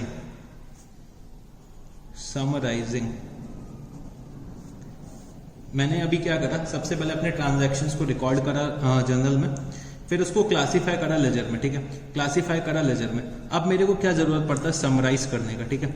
मेरे को जब अपनी नेट पोजीशन निकालनी पड़ती है, तो मेरे को सारे के सारे जो सेल्स है, सारी की सारी जो परचेज कर रखी है, उसको समराइज करना पड़ता है, ठीक है। जो हमारे बिजनेस के ओनर्स होते हैं, जो हमारे बिजनेस के मालिक होते हैं, बोर्ड ऑफ डायरेक्टर्स बोल लो या प्रोप्राइटर बोल लो या पार्टनर्स बोल लो, जो भी हमारे बिजनेस के ओनर्स होते हैं, उनको क्या होता है, समराइज्ड वे में चाहिए होता है कि टोटल सेल्स हमने कितनी कर रखी है और टोटल परचेज हमने कितनी कर रखी है, ठीक है। तो हमें क्या करना पड़ता है, उनको समराइज करके एक स्टेटमेंट के फॉर्म में लेकर आना होता है, जिसको हम लोग नाम दे देते हैं क्या, ट्रायल बैलेंस, ठीक है। तो हमने क्या करा, किसी एक पर्टिकुलर नेचर का खर्चा, किसी एक पर्टिकुलर नेचर के इनकम या फिर एसेट, लायबिलिटी या एक्सपेंस, जो भी आप कह लो, उसको हम लोग क्या करते हैं, समराइज करते हैं। समराइज करके हम लोग क्या करते हैं, एक ट्रायल बैलेंस के फॉर्म में लेकर आते हैं, ट्रायल बैलेंस में लेकर आते हैं, ठीक है। तो हम लोग summarising in the form of trial balance करते हैं। फिर ट्रायल बैलेंस के बेसिस पे हम लोग क्या बनाते हैं, प्रॉफिट एंड लॉस अकाउंट, अपने ईयर का प्रॉफिट एंड लॉस अकाउंट बनाते हैं। और क्या बनाते हैं हम लोग, बैलेंस शीट बना लेते हैं, ठीक है, बैलेंस शीट बनाते हैं। तो हम लोग क्या क्या बनाते हैं, एक ट्रायल बैलेंस बनाते हैं, फिर प्रॉफिट एंड लॉस बनाते हैं, उसी की बेसिस पे हम लोग क्या करते हैं, बैलेंस शीट भी बनाते हैं। तो ट्रायल बैलेंस के बेसिस पे हम लोग प्रॉफिट एंड लॉस और बैलेंस शीट बनाते हैं। तो प्रॉफिट एंड लॉस से हमें ये पता चलता है कि हमने हमारी नेट गेन या लॉस किया, नेट प्रॉफिट या लॉस क्या, नेट गेन या नेट लॉस, या फिर नेट प्रॉफिट या नेट लॉस किया। बैलेंस, इसको हम लोग और क्या बोलते हैं, इसको हम लोग बोल लेते हैं इनकम स्टेटमेंट, इनकम स्टेटमेंट, ठीक है। और जो हमारी बैलेंस शीट होती है, इसमें सारे हमारे एसेट्स आ जाते हैं और हमारी सारी क्या आ जाती हैं, लायबिलिटीज आ जाती हैं। हमारे सारे एसेट्स बिजनेस के और सारे हमारी लायबिलिटीज बिजनेस की, वो हम लोग क्या करते हैं, अकाउंट फॉर कर लेते हैं बैलेंस शीट में, ठीक है। बैलेंस शीट में सारे एसेट्स, मतलब क्या मेरे पास वर्थ है, हमारे बिजनेस की वर्थ क्या है, और उन वर्थ को मैंने कौन कौन सी लायबिलिटीज के थ्रू क्रिएट करा, ठीक है। अपने एसेट्स को मैंने कौन कौन सी लायबिलिटीज के थ्रू क्रिएट करा, वो हम कहाँ देखते हैं, अपने बैलेंस शीट में, ठीक है। सो एसेट्स और लायबिलिटीज, एसेट्स को हम लोग क्या बोल लेते हैं, अपना पोजीशन स्टेटमेंट बताते हैं, ठीक है। इसको हम लोग बोल लेते हैं पोजीशन स्टेटमेंट, ठीक है, पोजीशन स्टेटमेंट बोल देते हैं, ठीक है। फिर जो हमारा नेक्स्ट पार्ट होता है, वो क्या होता है, एनालिसिस एंड इंटरप्रिटेशन, ठीक है, एनालिसिस एंड इंटरप्रिटेशन, ठीक है, एनालिसिस एंड इंटरप्रिटेशन। अब यहाँ पे हमारा as a role of CA शुरू होता है, ठीक है, हमारा as a role of CA यहाँ पे शुरू होता है। सारे के सारे जब profit and loss, journal, ledger, trial balance, profit and loss और बैलेंस शीट बन जाता है, तो हमारा as a role of CA यहाँ पे शुरू होता है कि जैसे कि मैंने अपने बिजनेस में टोटल सेल्स लेफ्ट से कर रखी है 60,000 रुपीज़, ठीक है, 60,000 रुपीज़ सेल्स कर रखी है ड्यूरिंग द ईयर 2019, ठीक है। और सेम सेल्स मैंने लास्ट ईयर अगर मैं देखूं 2018 में, तो मैंने 2018 में सेल्स कर रखी थी 50,000 रुपीज़ की, ठीक है। तो हम लोग यहाँ पे एनालिसिस करते हैं, जो हमारा इंक्रीज है, जो हमारा 10,000 रुपीज़ का इंक्रीज है, उसका रीज़न क्या है, ये सब हम लोग एनालिसिस करते हैं, ठीक है। लास्ट ईयर मेरा प्रॉफिट था, let's take 1 lakh rupees, sorry, last year जो मेरा प्रॉफिट था 2018 का, वो 1 लाख रुपीज़ था। अब 2019 में जो मेरा प्रॉफिट हुआ है वो लेट्स टेक 60,000 रुपीज़ ही रह गया। तो इस गिरावट में, इस डिक्रीज में क्या रीज़न है, इसमें हम लोग क्या करते हैं, एनालिसिस करते हैं। एनालिसिस के लिए हम लोग बेसिकली एक टूल यूज़ करते हैं जिसका नाम होता है रेशियो एनालिसिस, ठीक है, रेशियो एनालिसिस में बहुत से परसेंटेजेस हम लोग निकालते हैं कि हमारा जो ग्रॉस प्रॉफिट क्या परसेंटेज आ रहा है, जीपी परसेंटेज, हमारा बिजनेस का जो नेट प्रॉफिट है वो सेल्स का कितना परसेंट है। मतलब कि अगर मैं इतनी सेल्स करूं, अगर मैं 100 रुपए की सेल्स करूं, let's say net profit percent 20% है, अगर मैं 100 रुपए की सेल्स करता हूं तो मेरा प्रॉफिट 20 रुपए का निकल के आता है। तो ये सब चीज़ें हम लोग क्या करनी होती हैं, इस स्टेज में एनालाइज करनी होती हैं, अपने जो समराइज स्टेटमेंट्स के बेसिस में, अपने प्रॉफिट एंड लॉस के स्टेटमेंट के बेसिस में, अपने बैलेंस शीट के बेसिस में हमें ये सब स्टेटमेंट्स को क्या करना, एनालाइज करना पड़ता है। तो जो एनालिसिस होता है, जो हमारा जो एनालिसिस होता है वो दो बेसिस पे होता है। एक होता है इंट्राफर्म, एक होता है इंटरफर्म, ठीक है, इंट्राफर्म और इंटरफर्म। जो हमारा एनालिसिस होता है वो दो बेसिस पे होता है, एक होता है इंट्राफर्म और एक होता है इंटरफर्म। तो इंट्राफर्म का मतलब क्या होता है, हम जब अपने 2 साल के या 3 साल के रिजल्ट्स को कंपेयर कर रहे होते हैं, जैसे 2017, 2018 और 2019, ठीक है, 3 साल के रिजल्ट्स को कंपेयर करें, 3 साल में लेट्स टेक मेरा प्रॉफिट 2017, 2018 और 2019। तो 2017 में जो मेरा प्रॉफिट था वो कितना था, 1 लाख रुपए का, ठीक है। 2018 में मेरा प्रॉफिट हो गया लेट्स टेक 1,30,000 रुपीज़, और जो मेरा 2019 में प्रॉफिट हो गया 1,50,000 रुपीज़, ठीक है। तो हम लोग क्या करते हैं, year wise year with in the firm comparison करते हैं, ठीक है। विद इन द फर्म हम कंपैरिजन करते हैं अपने लास्ट ईयर के बेसिस पे, ठीक है, लास्ट ईयर्स के बेसिस पे हम लोग क्या करते हैं, कंपैरिजन करते हैं। सिमिलरली इंटर फर्म क्या होता है, लेट्स टेक एक एक्स लिमिटेड है, और एक वाई लिमिटेड है, ठीक है। दोनों लोग सेम इंडस्ट्री को बिलोंग करते हैं, सेम इंडस्ट्री को, ठीक है, सेम इंडस्ट्री को बिलोंग करते हैं, सेम प्रोडक्ट मैन्युफैक्चर करते हैं। तो हम लोग क्या करते हैं, इन दोनों में एक्स लिमिटेड का लेट्स टेक प्रॉफिट है, एक्स लिमिटेड का प्रॉफिट है 5 लाख रुपए, ठीक है, और वाई लिमिटेड का जो प्रॉफिट है वो कितना आ रहा है 6 लाख रुपए, ठीक है। वाई लिमिटेड का जो प्रॉफिट है वो कितना आ रहा है 6 लाख रुपए। तो हम लोग रीजंस पता करते हैं कि भाई वाई लिमिटेड का प्रॉफिट क्यों ज़्यादा है और एक्स लिमिटेड का प्रॉफिट क्यों कम है, ठीक है। रीजंस में बहुत से हो सकते हैं, हो सकता है वाई ने सेल्स ज़्यादा कर रखी हो, एक्स की सेल्स कम हो, ठीक है, वाई की सेल्स ज़्यादा हो सकती है, एक्स की सेल्स कम हो सकती है। हो सकता है एक्स ने एक्सपेंसेस ज़्यादा करे हो, वाई के एक्सपेंसेस कम हो, ठीक है, वाई के जो एक्सपेंसेस हो वो कम हो। तो ये सब रीजंस हो सकते हैं। इंट्रा फर्म और इंटर फर्म के लिए मैं एक और बहुत अच्छा एग्जांपल दे सकता हूँ आप लोगों को। जैसे कि इंट्रा फर्म के लिए हमारा जब रिपोर्ट कार्ड आता है, ठीक है, जब हम लोग छोटे छोटे बच्चे थे तो हमें क्या मिलता था, एक रिपोर्ट कार्ड मिलता था।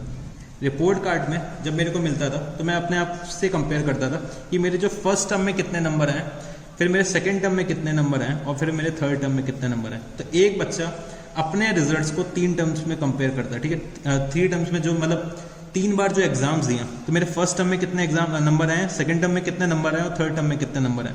तो जब वो बच्चा अपने ही रिजल्ट से अपने आप को कंपेयर करता है, ठीक है, अपने ही रिजल्ट से अपने आप को कंपेयर करता है, तो वो हमारा क्या हो जाता है, इंट्रा फर्म। सिमिलरली एक जो हमारा बच्चा है एक्स और जो हमारा बच्चा है वाई, ठीक है, दोनों अपने रिपोर्ट कार्ड लेके खड़े हैं, दोनों अपने रिपोर्ट कार्ड लेके डिस्कस कर रहे हैं।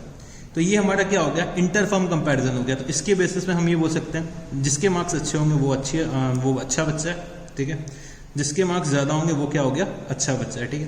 तो ये सब क्या करने होते हैं, हमें एनालिसिस करने होते हैं, ये सब हमारे एनालिसिस करने होते हैं।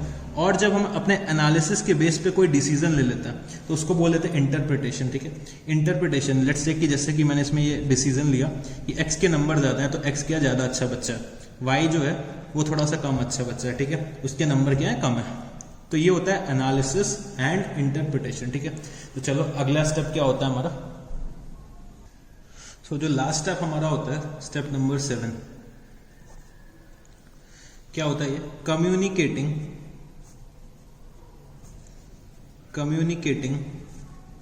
टू यूजर्स, ठीक है, कम्युनिकेटिंग टू यूजर्स। हमने जो एनालिसिस करे, जो इंटरप्रिटेशंस करे, जो हमारे रिजल्ट्स निकल के आए, नेट प्रॉफिट या नेट लॉस या बैलेंस शीट या प्रॉफिट एंड लॉस अकाउंट, उसको हमें क्या करना पड़ता है, अपने अपने रिजल्ट्स को क्या करना पड़ता है, कम्युनिकेट करना पड़ता है। रिजल्ट जैसे प्रॉफिट और लॉस, ठीक है, प्रॉफिट या लॉस हमें क्या करना पड़ता है, इन्फॉर्म करना पड़ता है, कम्युनिकेट करना पड़ता है उसके यूजर्स को, ठीक है। तो यूजर्स कौन कौन होते हैं वो भी हम लोग जान लेते हैं। एक होते हैं हमारे इंटरनल, एक होते हैं हमारे एक्सटर्नल यूजर्स, ठीक है। इंटरनल यूजर्स वो यूजर्स होते हैं जो विद इन द ऑर्गेनाइजेशन होते हैं और एक्सटर्नल यूजर्स वो यूजर्स होते हैं जो आउटसाइड द ऑर्गेनाइजेशन होते हैं, ठीक है। दोनों ही हमारे प्रॉफिट और लॉस, हमारे जो रिजल्ट्स में इंटरेस्टेड होते हैं। तो इंटरनल में जैसे हमारे कौन हो गए, ओनर, बोर्ड ऑफ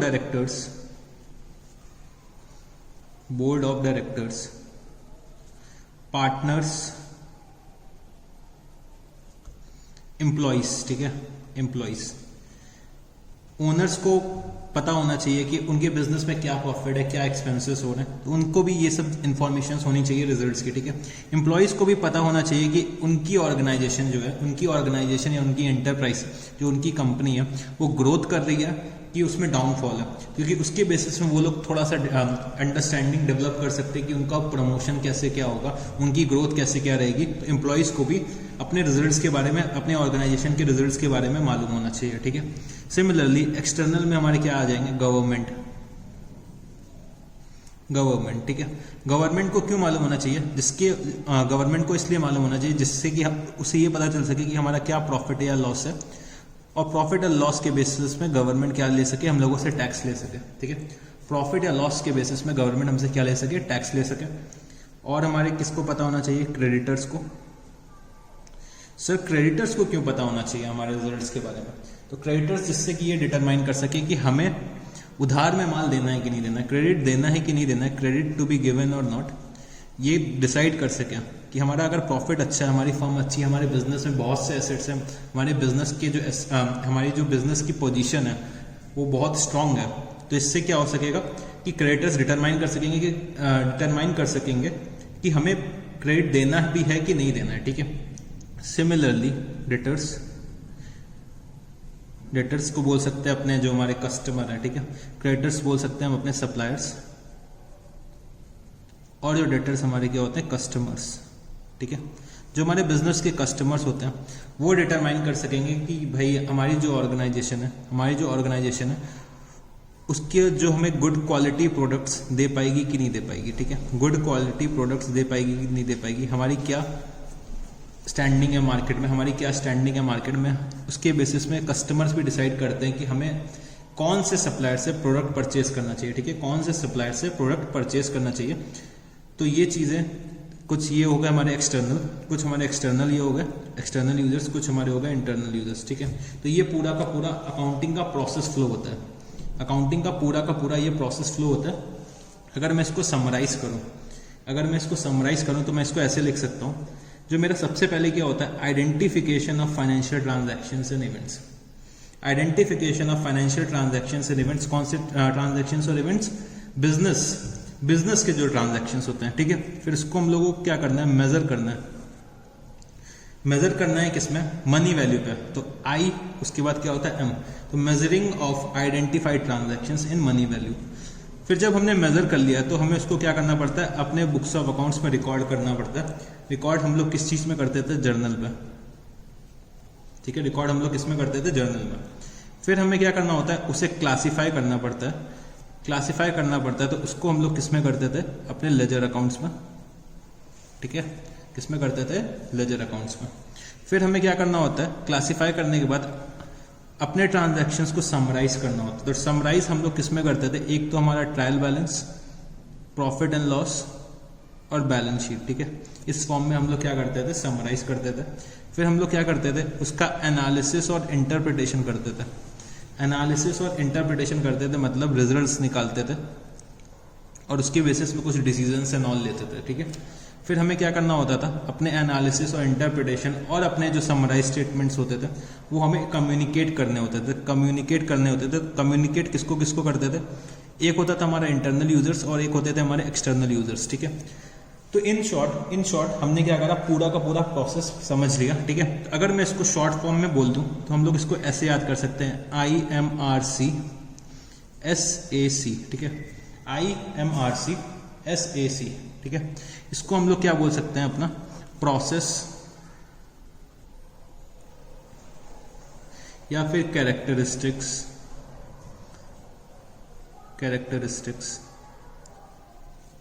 या फिर एट्रीब्यूट्स ऑफ अकाउंटिंग, ठीक है। प्रोसेस, कैरेक्टरिस्टिक्स या फिर एट्रीब्यूट्स ऑफ अकाउंटिंग, ठीक है। तो होप सो आप लोगों को ये थोड़ा सा प्रोसेस समझ में आ गया होगा। तो चलो हम लोग और थोड़ा सा आगे बढ़ता। सो एक बहुत प्यारी सी डेफिनेशन दे रखी हुई है हमारे American institute of certified public accountants ने। तो चलो पहले हम लोग इसको नोट करते हैं, फिर समझने की कोशिश करते हैं। सो हमारे AICPA क्या बोलते हैं, accounting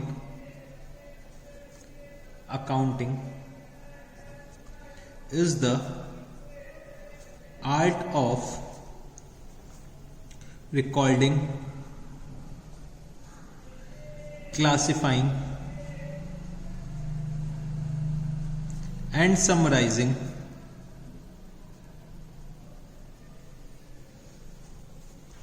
summarizing in a significant manner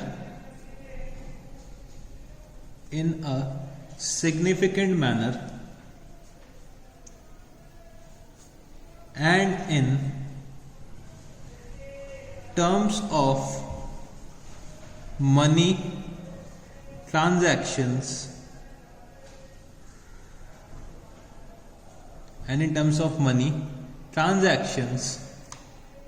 and events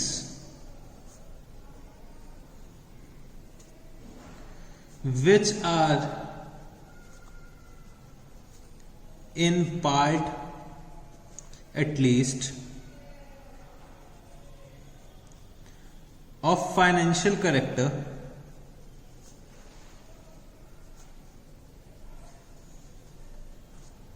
and interpreting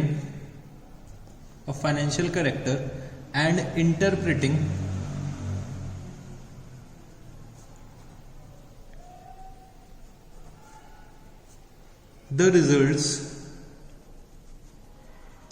there of. So sir क्या हमें इतनी लंबी डेफिनेशन याद करनी पड़ेगी?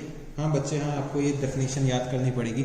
आज से आपको कोई भी पूछे कि अकाउंटिंग क्या होता है, अकाउंटिंग क्या होता है, आप लोगों को बस ये डेफिनेशन सुना देनी है, ठीक है। आप लोगों को ये डेफिनेशन सुना देनी है कि मेरे को पता है मेरे को अकाउंटिंग क्या होता है। तो हमें क्या सुनाना है? Accounting is the art of recording, classifying and summarising in a significant manner and in terms of money transactions and events which are in part at least of financial character and interpreting the results thereof. ठीक है, तो चलो समझने की कोशिश करते हैं। तो accounting is the art, art मतलब अकाउंटिंग क्या है? एक कला है। अकाउंटिंग क्या है? एक कला है। Accounting is the art of recording. जैसे कि हम लोगों ने अभी पढ़ा था, हम लोग रिकॉर्ड करते हैं अपने ट्रांजैक्शंस को, फिर हम लोग क्या करते हैं? उसको क्लासीफाई करते हैं, उसको समराइज करते हैं। ठीक है, समराइज करते हैं। ठीक है, हमें क्या इंश्योर करना होता है? हमें क्या इंश्योर करना होता है? जो हमारे जो ट्रांजैक्शंस और इवेंट्स होते हैं, हमारे जो ट्रांजैक्शंस और इवेंट्स होते हैं जो कि फाइनेंशियल नेचर के होते हैं, जो भी फाइनेंशियल नेचर के होते हैं, उन्हें हमें अपने बुक्स ऑफ अकाउंट्स में रिकॉर्ड करना होता है, क्लासीफाई करना होता है, समराइज करना होता है। ठीक है, इन अ सिग्निफिकेंट मैनर मतलब in a proper manner, in a proper manner हमें क्या करना पड़ता है? उनको अकाउंट फॉर करना पड़ता है और इंश्योर करना होता है कि वो हमारे क्या है? फाइनेंशियल कैरेक्टर के हैं। ठीक है, इन टर्म्स ऑफ मनी है। ठीक है, और अल्टीमेटली हमें क्या करना पड़ता है? इंटरप्रेट करना है रिजल्ट। ठीक है, तो यही चीजें हम लोगों ने क्या पढ़ी थी? प्रोसेस में पढ़ रखी थी। यही चीजें हम लोगों ने प्रोसेस में पढ़ रखी थी। अगर उस प्रोसेस से मैं इसमें आता हूं तो उसमें देखो सारे के सारे वर्ड्स कवर हो जा रहे हैं। ठीक है, तो हमारी क्या है? Accounting is the art of recording, classifying and summarising. ठीक है, in a significant manner and in terms of money transactions and events which are in part at least of financial character and interpreting the results thereof। ठीक है, results हम लोग कहाँ से निकालते थे?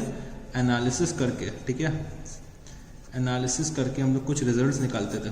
ठीक है, तो वो सब चीज़ें वही हमने जो प्रोसेस अभी पढ़ा, तो हमने प्रोसेस से डिटरमाइन करा, प्रोसेस से एक डेफिनेशन निकाली और इस डेफिनेशन को हमें क्या करना है? अब याद करना है। ठीक है, इस डेफिनेशन को हमें याद करना है। सर ये डेफिनेशन किसने लिखी है? ये डेफिनेशन किसने लिखी है? तो मैं आपको बता देता हूँ, ये डेफिनेशन लिखी गई है American institute of certified public accountant, American institute of certified public accountant. ठीक है, ये डेफिनेशन किसने लिखी है? American institute of certified public accountant ने। ठीक है, तो चलो इस डेफिनेशन को आप लोगों को क्या करना? याद करना। और आगे से अगर आपसे पूछ ले कोई कि अकाउंटिंग क्या होती है, अकाउंटिंग क्या होती है, मेरे को अकाउंटिंग बताओ, तो बता देना कि अकाउंटिंग की ये हमने आज अकाउंटिंग की डेफिनेशन पढ़ ली है और हम आपको बता सकते हैं कि अकाउंटिंग क्या होती है। ठीक है, उनको जाके आज सुना देना। ठीक है, मम्मी भी आपको पूछें कि आज आप लोग अकाउंट्स में क्या पढ़ के आए, तो बस यही डेफिनेशन सुना देना। ठीक है, चलो फिर अब हमें आगे और क्या पढ़ना होता है? अपने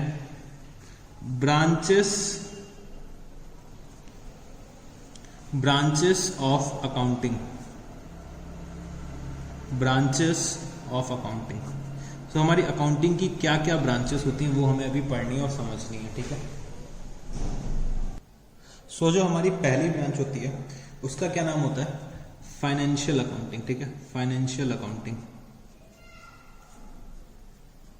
फाइनेंशियल अकाउंटिंग जो कि अभी हम लोग पढ़ने जा रहे हैं। ठीक है, फाइनेंशियल अकाउंटिंग जो हम लोग पढ़ने जा रहे हैं। तो फाइनेंशियल अकाउंटिंग में हमें क्या करना होता है? जो भी हमारा बिजनेस है, जो भी हमारा बिजनेस है उसमें हमें क्या निकालना पड़ता है? बिजनेस का प्रॉफिट या लॉस। ठीक है, प्रॉफिट या लॉस बिजनेस का निकालना पड़ता है अपने हिस्टोरिकल ट्रांजैक्शंस के बेसिस पे। ठीक है, हिस्टोरिकल ट्रांजैक्शंस के बेसिस पे हमें क्या करना पड़ता है? अपना प्रॉफिट एंड लॉस निकालना होता है। ठीक है, मतलब हिस्टोरिकल ट्रांजैक्शंस का मतलब वो ट्रांजैक्शंस जो पास्ट में अकर हो चुके हैं, जो ट्रांजैक्शंस पास्ट में अकर हो चुके हैं उनके बेसिस में हमें क्या करना होता है? अपना प्रॉफिट और लॉस निकालना पड़ता है। ठीक है, प्रॉफिट और लॉस उनके बेसिस में निकालना होता है। ये सब चीजें हम लोग किस में पढ़ते हैं? फाइनेंशियल अकाउंटिंग में पढ़ते हैं। ठीक है, हम लोग अपने फाइनेंशियल अकाउंटिंग में पढ़ते हैं। नेक्स्ट हमारी जो होती है ब्रांच अकाउंटिंग की ब्रांचेस जो होती है हमारी कॉस्ट अकाउंटिंग। ठीक है, cost accounting.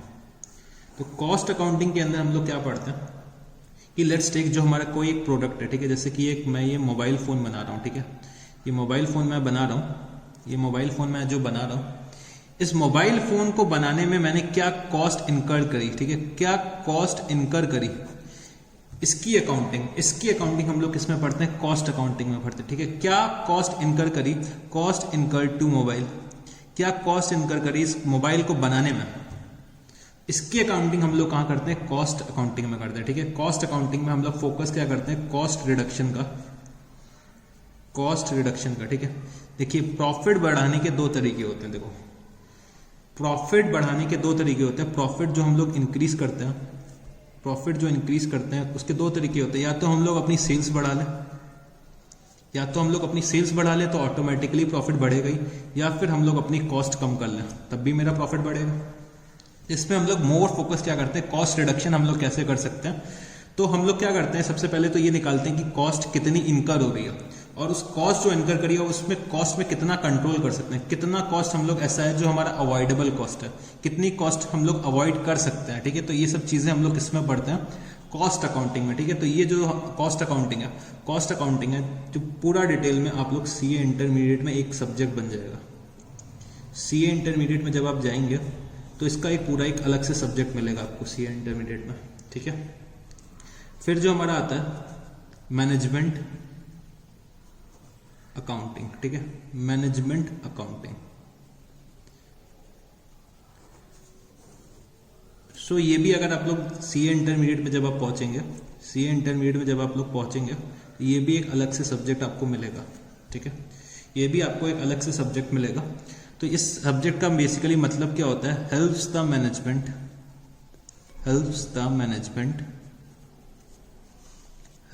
Management in decision making, ठीक है। डिसीजन मेकिंग के लिए ये सब्जेक्ट हम लोग पढ़ते हैं, ठीक है। मैनेजमेंट अकाउंटिंग हम लोग क्या करते हैं, इसके बेसिस पे डिसीजन लेते हैं। सर कैसे डिसीजंस लेने होते हैं, क्या आप हमें बता सकते हैं। तो चलो बच्चे मैं बताता हूँ, ठीक है। तो लेट्स टेक, हमने क्या करा, दो प्रोडक्ट बना रहे हैं, एक प्रोडक्ट का नाम है एक्स और एक प्रोडक्ट का नाम है वाई, ठीक है। एक प्रोडक्ट का नाम है एक्स और एक प्रोडक्ट का नाम है वाई, ठीक है। अब मैं एक्स को बनाने में कॉस्ट इनकर कर रहा हूँ, लेट्स टेक 25 रुपीज, ठीक है। दोनों दोनों प्रोडक्ट बनाने के लिए मैं एक अजम्पशन ले लेता हूँ, जो मैं रॉ मटेरियल ले रहा हूँ दोनों के लिए सेम है, ठीक है।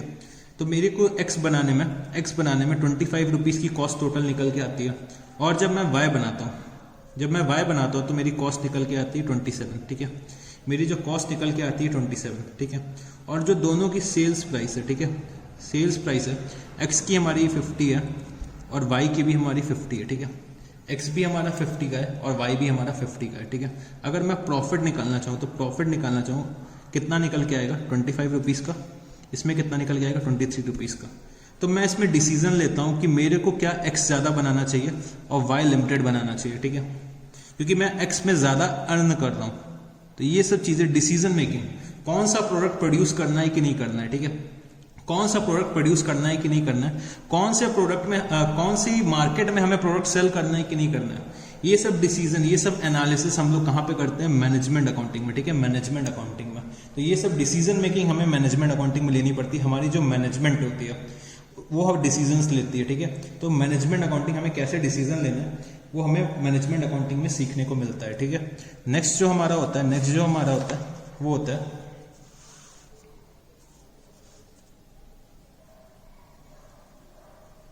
सोशल रिस्पॉन्सिबिलिटी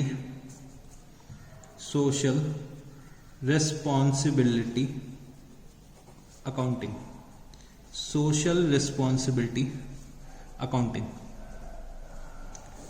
देखो जो बच्चे, जब बिजनेस चलता है तो बिजनेस हमारे बहुत से सोशल कॉस्ट इनकर करता है।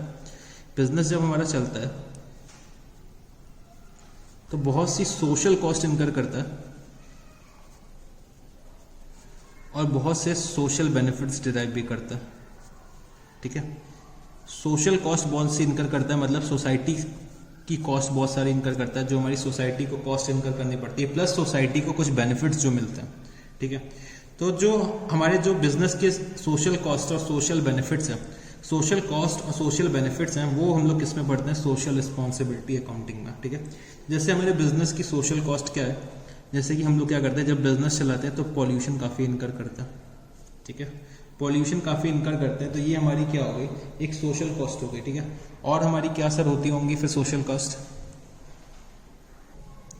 सो और बच्चे, हम लोग सोसाइटी से लैंड लेते हैं, लैंड यूज़ करते हैं, सोसाइटी से हम लोग लेबर का भी यूटिलाइजेशन करते हैं। ठीक है, और सोसाइटी से हम लोग क्या करते हैं, रॉ मटेरियल्स भी लेते हैं। ठीक है, रॉ मटेरियल्स भी लेते हैं। तो ये सब बिजनेस की क्या होती है, सोशल कॉस्ट होती है। ठीक है, ये सब क्या होती है, बिजनेस की सोशल कॉस्ट होती है। तो सर सोशल बेनिफिट्स क्या होते हैं, सोशल बेनिफिट्स में क्या करता है, जो हमारा बिजनेस होता है लोगों के लिए क्या करता है, एम्प्लॉयमेंट अपॉर्चुनिटीज क्रिएट करता है। ठीक है, तो एम्प्लॉयमेंट हम देते हैं लोगों को। मोर ओवर रिक्रिएशन फैसिलिटीज मिलती हैं।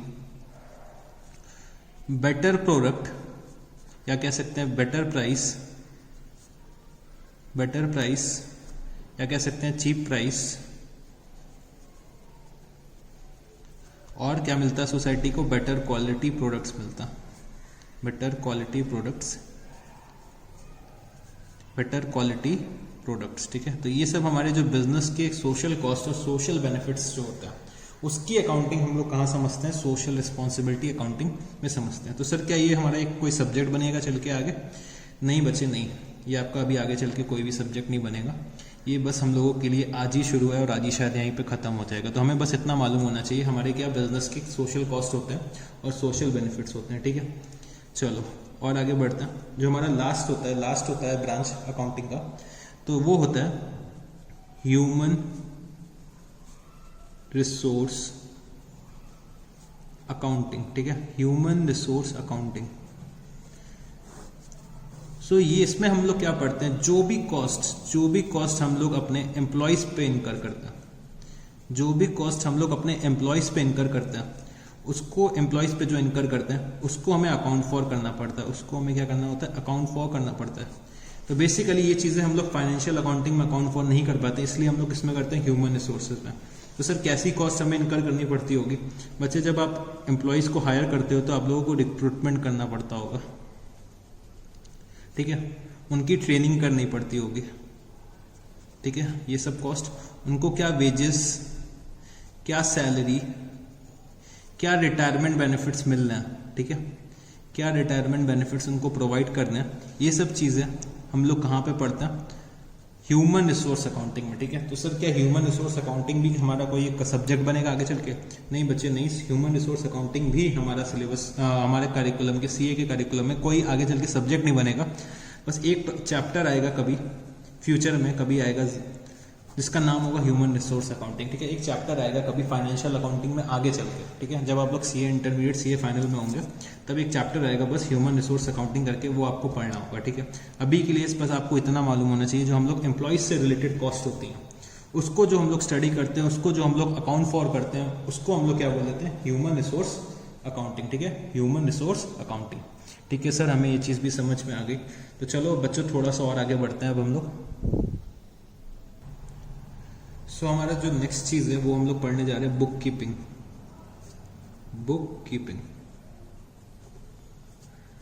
तो चलो बुक कीपिंग के बारे में पहले थोड़ा सा लिख लेते हैं। Book keeping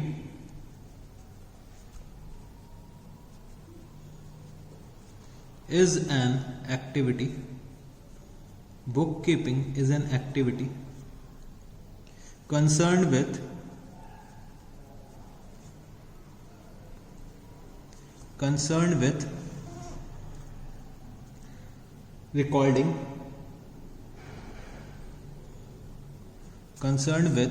recording of financial data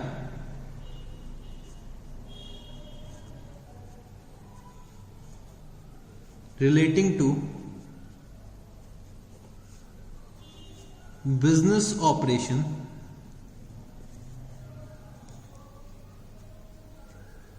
operations in a significant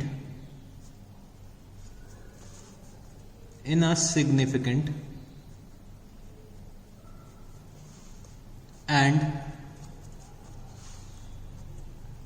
orderly manner। ठीक है, Bookkeeping is an activity concerned with recording of financial data relating to business operations in a significant and orderly manner. ठीक है, it covers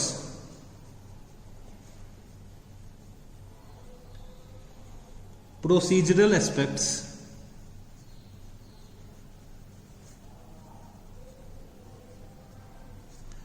of accounting work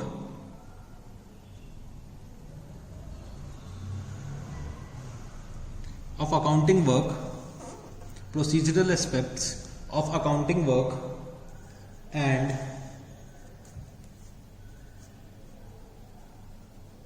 embrace record keeping function. ठीक है, record keeping function and embrace record keeping function. ठीक है, तो book keeping क्या होता है? बुक कीपिंग का मतलब होता है हमें अपने क्या करना होता है, रिकॉर्ड्स को मेंटेन करना होता है. ठीक है, जो हमारे बिजनेस का जो ये मुनीम है, ठीक है, मुनीम का काम क्या है, जैसे ही कोई ट्रांजैक्शन अकर हुआ, ठीक है, कोई भी ट्रांजैक्शन अकर हुआ, उसको क्या करना है, अपने बुक्स ऑफ अकाउंट्स में रिकॉर्ड फॉर करना है. तो वो क्या करेगा, सबसे पहले वो अपने जर्नल में रिकॉर्ड फॉर करेगा, फिर उसको कहाँ ट्रांसफर कर देगा, लेजर्स में ट्रांसफर कर देगा. ठीक है, तो जो बुक कीपिंग का काम क्या होता है, हमें अपने अकाउंट्स को मेंटेन करना है, अपने बुक्स ऑफ अकाउंट्स को मेंटेन करना है, उसकी अकाउंटिंग करनी है, उसकी एंट्रीज करनी है. तो ये हमारे क्या होते हैं, ये जो हमारा जो मुनीम होता है, वो हमारा कौन होता है, जूनियर लेवल स्टाफ होता है. ठीक है, जूनियर लेवल स्टाफ होता है. तो सर बुक कीपिंग और अकाउंटिंग में फिर डिफरेंस क्या हुआ? अकाउंटिंग में भी हम लोग क्या कर रहे थे, रिकॉर्ड्स मेंटेन कर रहे थे, जर्नल कर रहे थे, लेजर भी कर रहे थे. ठीक है, बट बच्चे बुक कीपिंग में कभी भी समराइजिंग वाला जो हम लोगों ने पार्ट पढ़ा था वो नहीं आएगा. जैसे कि हम लोग बुक कीपिंग में कभी भी balance sheet, profit and loss या फिर ट्रायल बैलेंस नहीं मेंटेन करते हैं. वो हमारे किसका पार्ट होता है, अकाउंटिंग का पार्ट होता है. तो बेसिकली बुक कीपिंग क्या है, हमारा पार्ट है अकाउंटिंग का. ठीक है, बुक कीपिंग हमारा किसका पार्ट है, अकाउंटिंग का पार्ट है. और वो सिर्फ इतने किससे कंसर्न है, जर्नल और लेजर, मतलब रिकॉर्डिंग और क्लासीफाइंग से ही रिलेटेड है. ठीक है, रिकॉर्डिंग एंड क्लासीफाइंग, मतलब रिकॉर्डिंग एंड क्लासीफाइंग के लिए तो बच्चे ये दो शब्द और भी यूज होने चाहिए.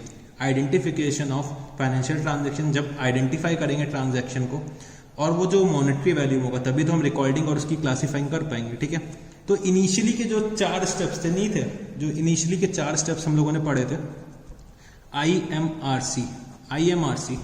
IMRC जो हम लोगों ने पढ़ा था, वो हमारा क्या हो गया, बुक कीपिंग से कंसर्न हो गया.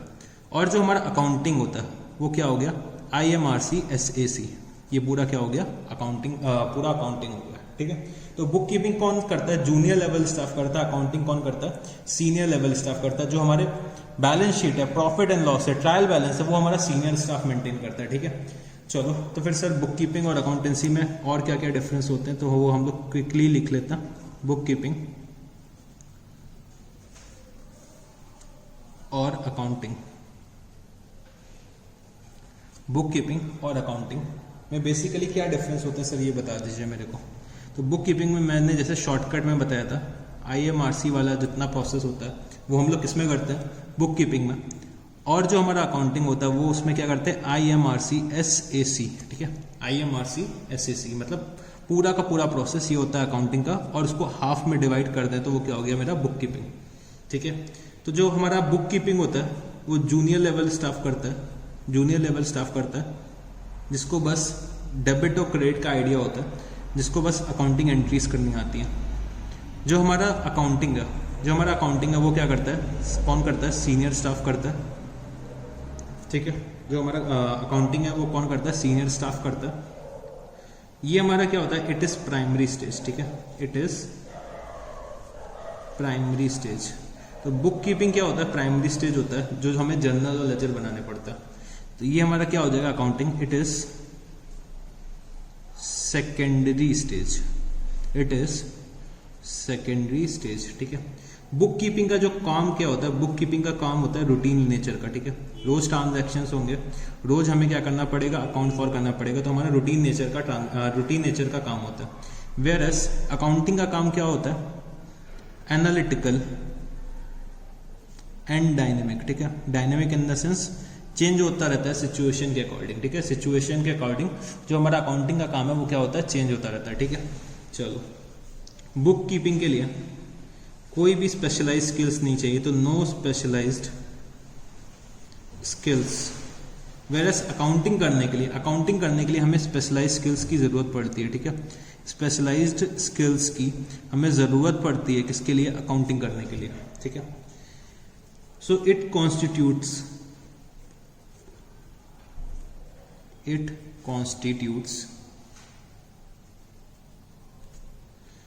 as a base for accounting, it constitutes as a base for accounting। और ये क्या होता है? It is considered as a language of business। It is considered as a language of business. तो हम अकाउंटिंग को क्या कंसिडर करते हैं? अपने बिजनेस की लैंग्वेज कंसिडर करते हैं। जैसे कि हम लोग क्या करते हैं, हमारी जो लैंग्वेज होती है वो क्या होती है? हम लोग हिंदी बोलना जानते हैं, हम लोग इंग्लिश बोलना जानते हैं, ठीक है। हम लोग हिंदी और अंग्रेजी दोनों ही बोलना जानते हैं। सिमिलरली बिजनेस की क्या लैंग्वेज होती है? वो होती है अकाउंटिंग। बिजनेस किस नेचर में बोलता है? अकाउंटिंग के टर्म्स में बोलता है। उस बिजनेस की जो लैंग्वेज होती है वो क्या होती है? अकाउंटिंग होती है, ठीक है। तो चलो ये कुछ डिफरेंसेस होते हैं बुक कीपिंग और अकाउंटिंग में, जो आप लोगों को ये याद करना है, ठीक है। ये शॉर्ट मार्क्स में 2 या 4 नंबर में ये लोग पूछ सकते हैं। 2 या 4 मार्क्स में एक डिफरेंसेस पूछ सकते हैं कि बुक कीपिंग और अकाउंटिंग में क्या डिफरेंसेस होते हैं। बुक कीपिंग और अकाउंटिंग में क्या डिफरेंसेस होते हैं वो ये लोग पूछ सकते हैं 2 से 4 मार्क्स के बीच में, ठीक है। तो चलो बच्चे और आगे हम थोड़ा सा बढ़ते हैं। Objectives of accounting. ऑब्जेक्टिव्स क्या क्या होते हैं अकाउंटिंग के, वो हम लोग समझने की कोशिश करते हैं, ठीक है। तो जो हमारा पहला ऑब्जेक्टिव होता है वो क्या होता है? To record financial transactions and events. To record financial transactions and events. जो हमारा पहला ऑब्जेक्टिव होता है वो क्या होता है कि हमें अपने ट्रांजैक्शंस को और इवेंट्स को अकाउंट फॉर करना है अपने बुक्स ऑफ अकाउंट्स में, ठीक है। तो हमें क्या करना है? रिकॉर्ड करना है। अगर आपने अच्छे से वो प्रोसेस फ्लो जो मैंने प्रोसेस फ्लो बताया था, अगर वो आपने समझ लिया तो उसके बेसिस में ये चैप्टर कुछ भी नहीं है। फर्स्ट चैप्टर जो हमारा है, जो हम लोग बेसिकली फर्स्ट चैप्टर ही पढ़ रहा है, तो उसके बेसिस अगर वो चीज़ आपने अच्छे से समझ ली है तो ये सब चीज़ें तो ऑटोमेटिकली आपको समझ में आती चली जाएंगी, ठीक है। तो to record financial transactions and event, हमारा क्या ऑब्जेक्टिव होता है? हमें अपने ट्रांजैक्शंस और इवेंट्स को अकाउंट फॉर करना है। जो हम लोग अपने ट्रांजैक्शंस और इवेंट्स को अकाउंट फॉर करते हैं उसके बेसिस में हम लोग क्या डिटरमाइन करते हैं? Profit and loss. तो टू डिटरमाइन प्रॉफिट और लॉस, ठीक है। हमारा ऑब्जेक्टिव क्या होता है? हमारे बिजनेस से क्या प्रॉफिट क्या लॉस हुआ है वो हमें क्या करना होता है? डिटरमाइन करना होता है, ठीक है। क्या करना होता है? डिटरमाइन करना होता है। फिर जो तीसरा पॉइंट होता है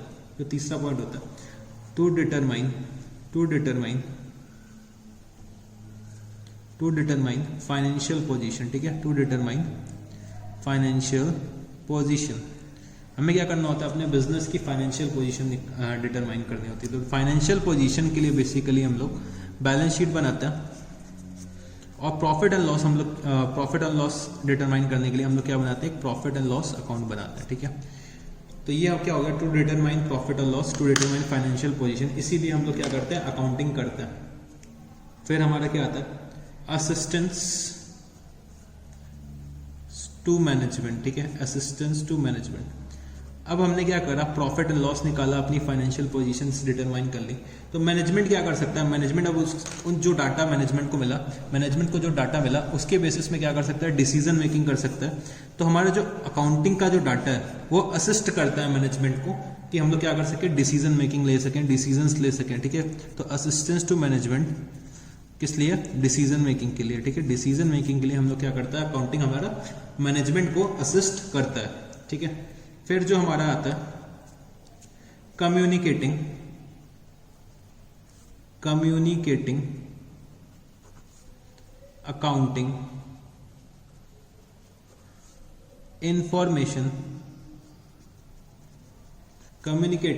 अकाउंटिंग इंफॉर्मेशन टू यूजर्स, ठीक है। तो जो हम लोगों ने पूरा प्रोसेस फ्लो पढ़ा था वही हम लोगों ने फिर से लिख दिया है। वही हमारे क्या होते हैं? बिजनेस के ऑब्जेक्टिव्स होते हैं। तो communicating accounting information to users. Users हमारे कौन से होते थे? एक होते थे हमारे इंटरनल और एक्सटर्नल, ठीक है। हमें अपने अकाउंटिंग के डाटा को यूजर्स को कम्युनिकेट करना होता है, ठीक है। तो चलो और आगे बढ़ते हैं अब हम लोग। Advantages of accounting,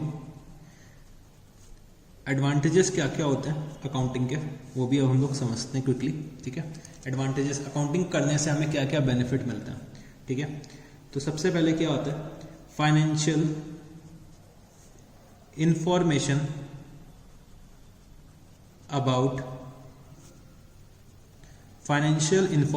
about business, ठीक है। हमें बिजनेस की अपने फाइनेंशियल इंफॉर्मेशन पता चलती है।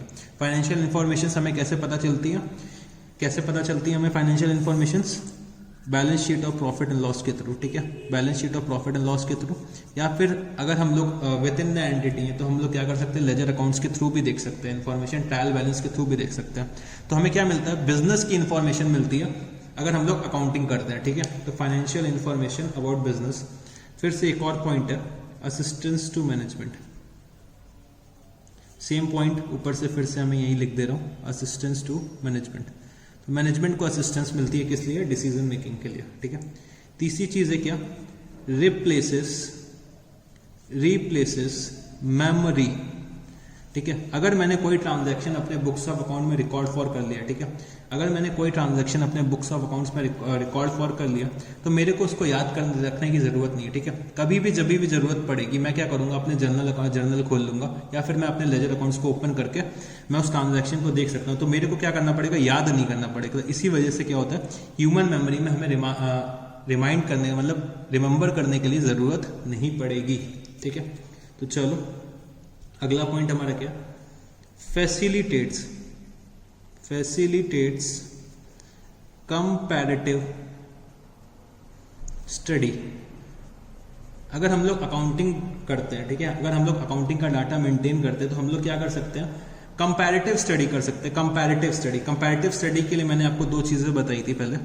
एक हम लोग इंट्रा फर्म कंपैरिजन कर सकते हैं और एक हम लोग क्या कर सकते हैं? इंटर फर्म कंपैरिजन कर सकते हैं, ठीक है। इंट्रा फर्म और इंटर फर्म कंपैरिजन कर सकते हैं। तो कंपैरेटिव स्टडी फैसिलिटेट्स करता है अकाउंटिंग। अगर हम लोग अकाउंटिंग करते हैं तो हम लोग क्या कर सकते हैं? अपने कंपैरिजंस कर सकते हैं, ठीक है। Facilitates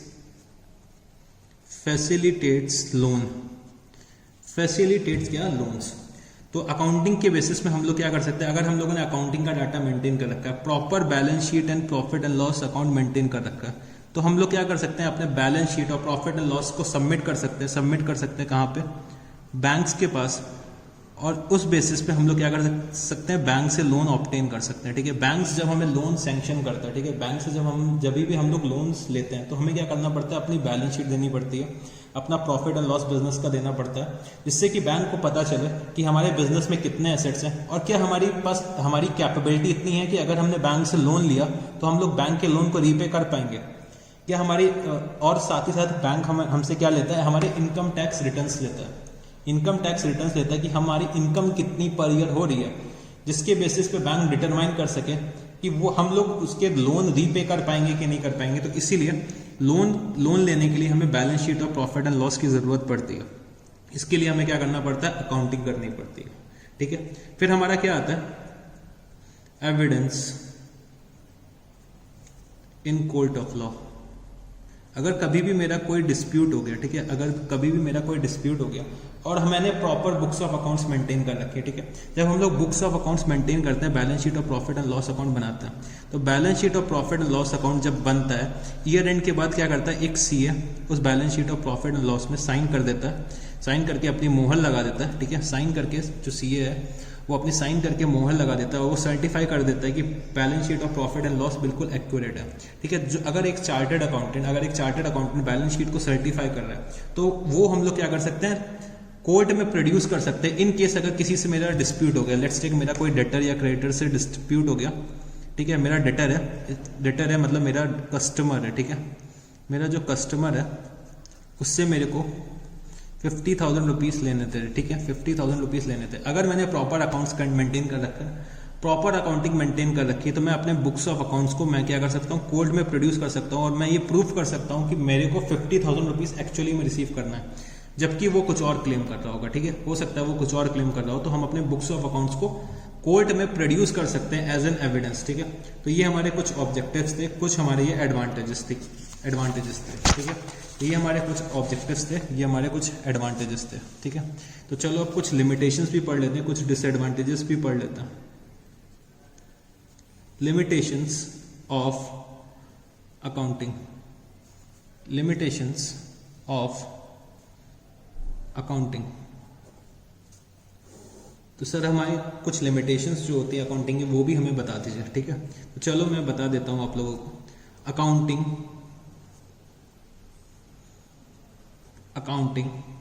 is not fully exact. Accounting is not fully exact. ठीक है, accounting is not fully exact. Sir इसका मतलब क्या है ये भी तो बता दीजिए, आपने लिखवा तो दिया accounting is not fully exact. तो बच्चे ये मैं बताता हूँ कि हमें कभी कभी अकाउंट्स के रिकॉर्ड मेंटेन करने के लिए कुछ कभी कभी एस्टिमेट्स लेने पड़ते हैं। ठीक है, कुछ कभी कभी हमें क्या करना पड़ता है, जजमेंट्स लेने पड़ता है। तो ये accounting is not fully exact, तो हमें रियल डाटा पे कोई ज़रूरी नहीं है वो बेस्ड हो, कभी कभी हमें क्या करना पड़ता है, एस्टिमेट्स लेने पड़ते हैं। एस्टिमेट्स सर कैसे एस्टिमेट्स लेने पड़ते होंगे, क्या आप मेरे को बता सकते हैं? लेट्स टेक मेरा जो एक कस्टमर है, ये मेरा जो कस्टमर है एक्स। ठीक है, ये मेरा कस्टमर है एक्स। ठीक है, इससे मेरे को रिसीव करने थे 20,000 रुपीज़ रिसीव करने थे। ठीक है, 20,000 रुपीज़ मेरे को एक्स से रिसीव करने थे, बट मेरे को कहीं से मार्केट से न्यूज़ आई कि एक्स के पास फाइनेंशियल क्रंच है, मतलब उसके पास पैसे की बहुत तंगी है, उसके पास पैसा ज़्यादा है नहीं, और बहुत चांसेस हैं कि बहुत लोगों के पैसे नहीं दे रहा है। बहुत चांसेस है कि मेरा पैसा ये शायद एक्स ना दे, मेरे पैसा डूबने का डर है। ठीक है, इसके लिए हम लोग क्या करते हैं, कुछ डर की वजह से हमें लगता है कि शायद ये हमारा भी पैसा कुछ ना दे। ठीक है, 20,000 में शायद कुछ पैसा ना दे, तो हम लोगों ने क्या करा, एक एस्टिमेट लगाया कि शायद ये 5,000 रुपये मेरा नहीं देगा पर 15,000 रुपये तो दे देगा। ठीक है, तो हम लोग क्या करते हैं, ये एस्टिमेट्स करते हैं अकाउंटिंग में। तो अकाउंटिंग पूरी तरह से एक्चुअल डाटा पे बेस्ड नहीं होती, कभी कभी हम लोगों को एस्टिमेट्स भी करने पड़ते हैं। ठीक है, एस्टिमेट्स भी करने पड़ता है। ठीक है, तो ये सब चीज़ें हमें क्या करना पड़ता है, accounting is not fully exact. फिर हम लोग आते हैं अगला पॉइंट जो हमारा होगा, अगला पॉइंट हमारा क्या होगा, it ignores price level changes. ठीक है, it ignores price level changes. Sir इसका क्या मतलब हुआ, इग्नोर्स प्राइस लेवल चेंजेस? तो बच्चे मैं आपको बताता हूँ, जो भी हम लोग कोई भी हम लोग बिजनेस के लिए फर्नीचर या लैंड या बिल्डिंग खरीद के लाते हैं। ठीक है, फर्नीचर या फिर लैंड एंड बिल्डिंग, इसको बेसिकली हम लोग अकाउंटिंग टर्म्स में एसेट्स बोलते हैं। ठीक है, एसेट्स बोलते हैं। अभी आप लोग बच्चे नए हो इस सब्जेक्ट में, तो मैं आपको बता दूं कि जो फर्नीचर और लैंड एंड बिल्डिंग होते हैं वो हमारे क्या होते हैं, एसेट्स होते हैं। ठीक है, सर ये एसेट्स क्या होते हैं? अभी बच्चे अभी थमो थोड़ा सा, एसेट्स जब हमें समय आएगा तो वो भी मैं बता दूंगा एसेट्स क्या होता है।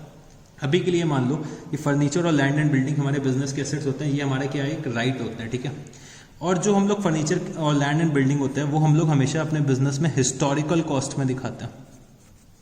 हिस्टोरिकल कॉस्ट, सर ये हिस्टोरिकल कॉस्ट क्या होती है? हिस्टोरिकल कॉस्ट वो कॉस्ट होती है जो हम लोग पास्ट में अकर कर चुके हैं। ठीक है, जैसे कि मैंने कोई फर्नीचर परचेज करा या लैंड एंड बिल्डिंग परचेज करी, फॉर एग्जांपल मैंने इसको परचेज करा 1 अप्रैल 2015 में। ठीक है, 1 अप्रैल 2015 में मैंने इसको परचेज कर रखा है, और इसको मैंने परचेज करा था 5 लाख रुपीज़ में। ठीक है, 5 लाख रुपीज़ में। ठीक है, 5 लाख रुपीज़ में परचेज करा था, और आज मेरा जो करंट ईयर चल रहा है 1 अप्रैल 2020 को, तभी भी मैं इसको 5 लाख रुपए में ही दिखा रहा हूँ। ठीक है, क्या हमें इसका इन्फ्लेशन नहीं कंसिडर करना चाहिए? क्या हमें इसका इन्फ्लेशन नहीं कंसिडर करना चाहिए? एक्चुअली में अगर हम एक्चुअली में इसकी वैल्यू बहुत ज़्यादा इंक्रीज हो चुकी होगी।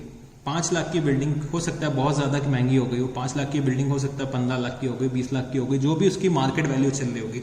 बट हम लोग अपने अकाउंटिंग के बुक्स ऑफ अकाउंट में, मतलब हम लोग जब बुक्स ऑफ अकाउंट्स मेंटेन करते हैं, तो हम लोग ये प्राइस लेवल चेंजेस को इग्नोर कर देते हैं। जो हमारा इंक्रीज हो रहा है एसेट में या इंक्रीज हो रहा है, वो हम लोग क्या कर देते हैं, इग्नोर कर देते हैं, तो it ignores price level changes, ठीक है। फिर हमारा क्या आता है तीसरा point, it ignores qualitative aspects, ठीक है। It ignores qualitative aspects. तो क्वालिटेटिव एस्पेक्ट्स का मतलब क्या हुआ सर? तो बेसिकली जो हमारे क्वालिटी होती है स्टाफ की, ठीक है, मैं एक छोटा सा एग्जांपल ही ले रहा हूँ। क्वालिटी ऑफ स्टाफ, जैसे कि मेरा स्टाफ बहुत अच्छा है, ठीक है, मेरा स्टाफ जो है, जो हमारे बिजनेस का स्टाफ है, वो बहुत ही ज़्यादा एक्सपीरियंस्ड है, बहुत ही ज़्यादा क्या है, एक्सपीरियंस्ड है, ठीक है। मेरा स्टाफ बहुत एक्सपीरियंस्ड है और बहुत अच्छे से परफॉर्म करता है, हर चीज़ टाइम से करता है और बिल्कुल एफिशिएंट होता है, एफिशिएंट स्टाफ होता है, एफिशिएंसी के साथ काम करता है, ठीक है, एफिशिएंसी के साथ काम करता है।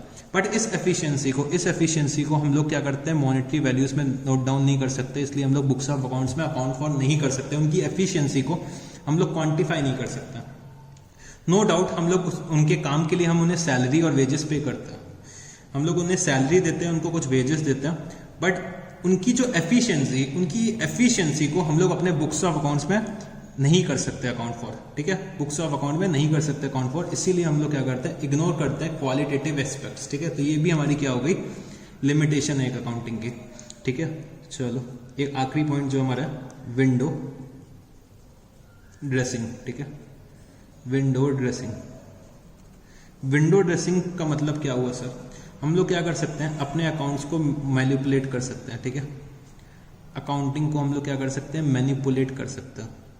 मतलब सर मैनिपुलेट करने का मतलब हम लोग अननेसेसरी हायर सेल्स दिखा सकते हैं, हायर सेल्स दिखा सकते हैं और हायर सेल्स के बेसिस पे हायर प्रॉफिट दिखा सकते हैं, ठीक है, हायर सेल्स के बेसिस पे हायर प्रॉफिट दिखा सकते हैं। तो सर हम लोग सेल्स कैसे हायर दिखा सकते हैं जब हुई नहीं है?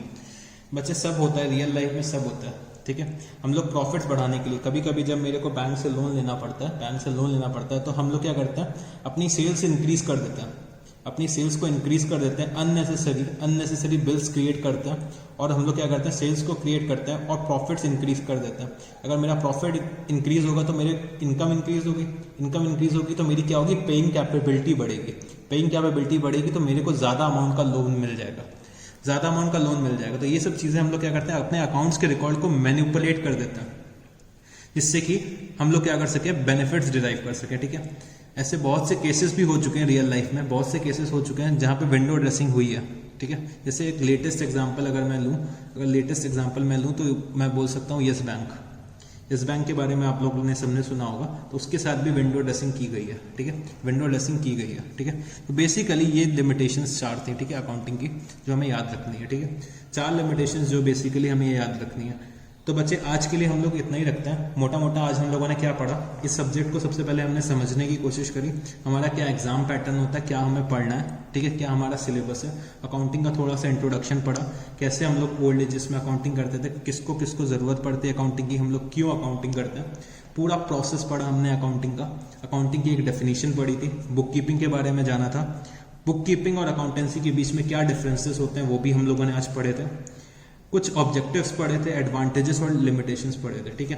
तो आज के लिए हम लोग इतना ही रखते हैं। आप लोगों को क्या इंश्योर करना है, जो मैंने आज पढ़ाया, ठीक है, आज जो भी मैंने पढ़ाया उसको आप लोग एक बार फिर से गो थ्रू करेंगे, ठीक है। अभी आप लोगों को बुक से पढ़ने की जरूरत नहीं है, जब मैं बोलूंगा तब आपको बुक से पढ़ना होगा, ठीक है। तो अभी के लिए इतना ही रखते हैं, आज की क्लास के लिए इतना ही रखते हैं, ठीक है। चलो बच्चे, टाटा बाय बाय।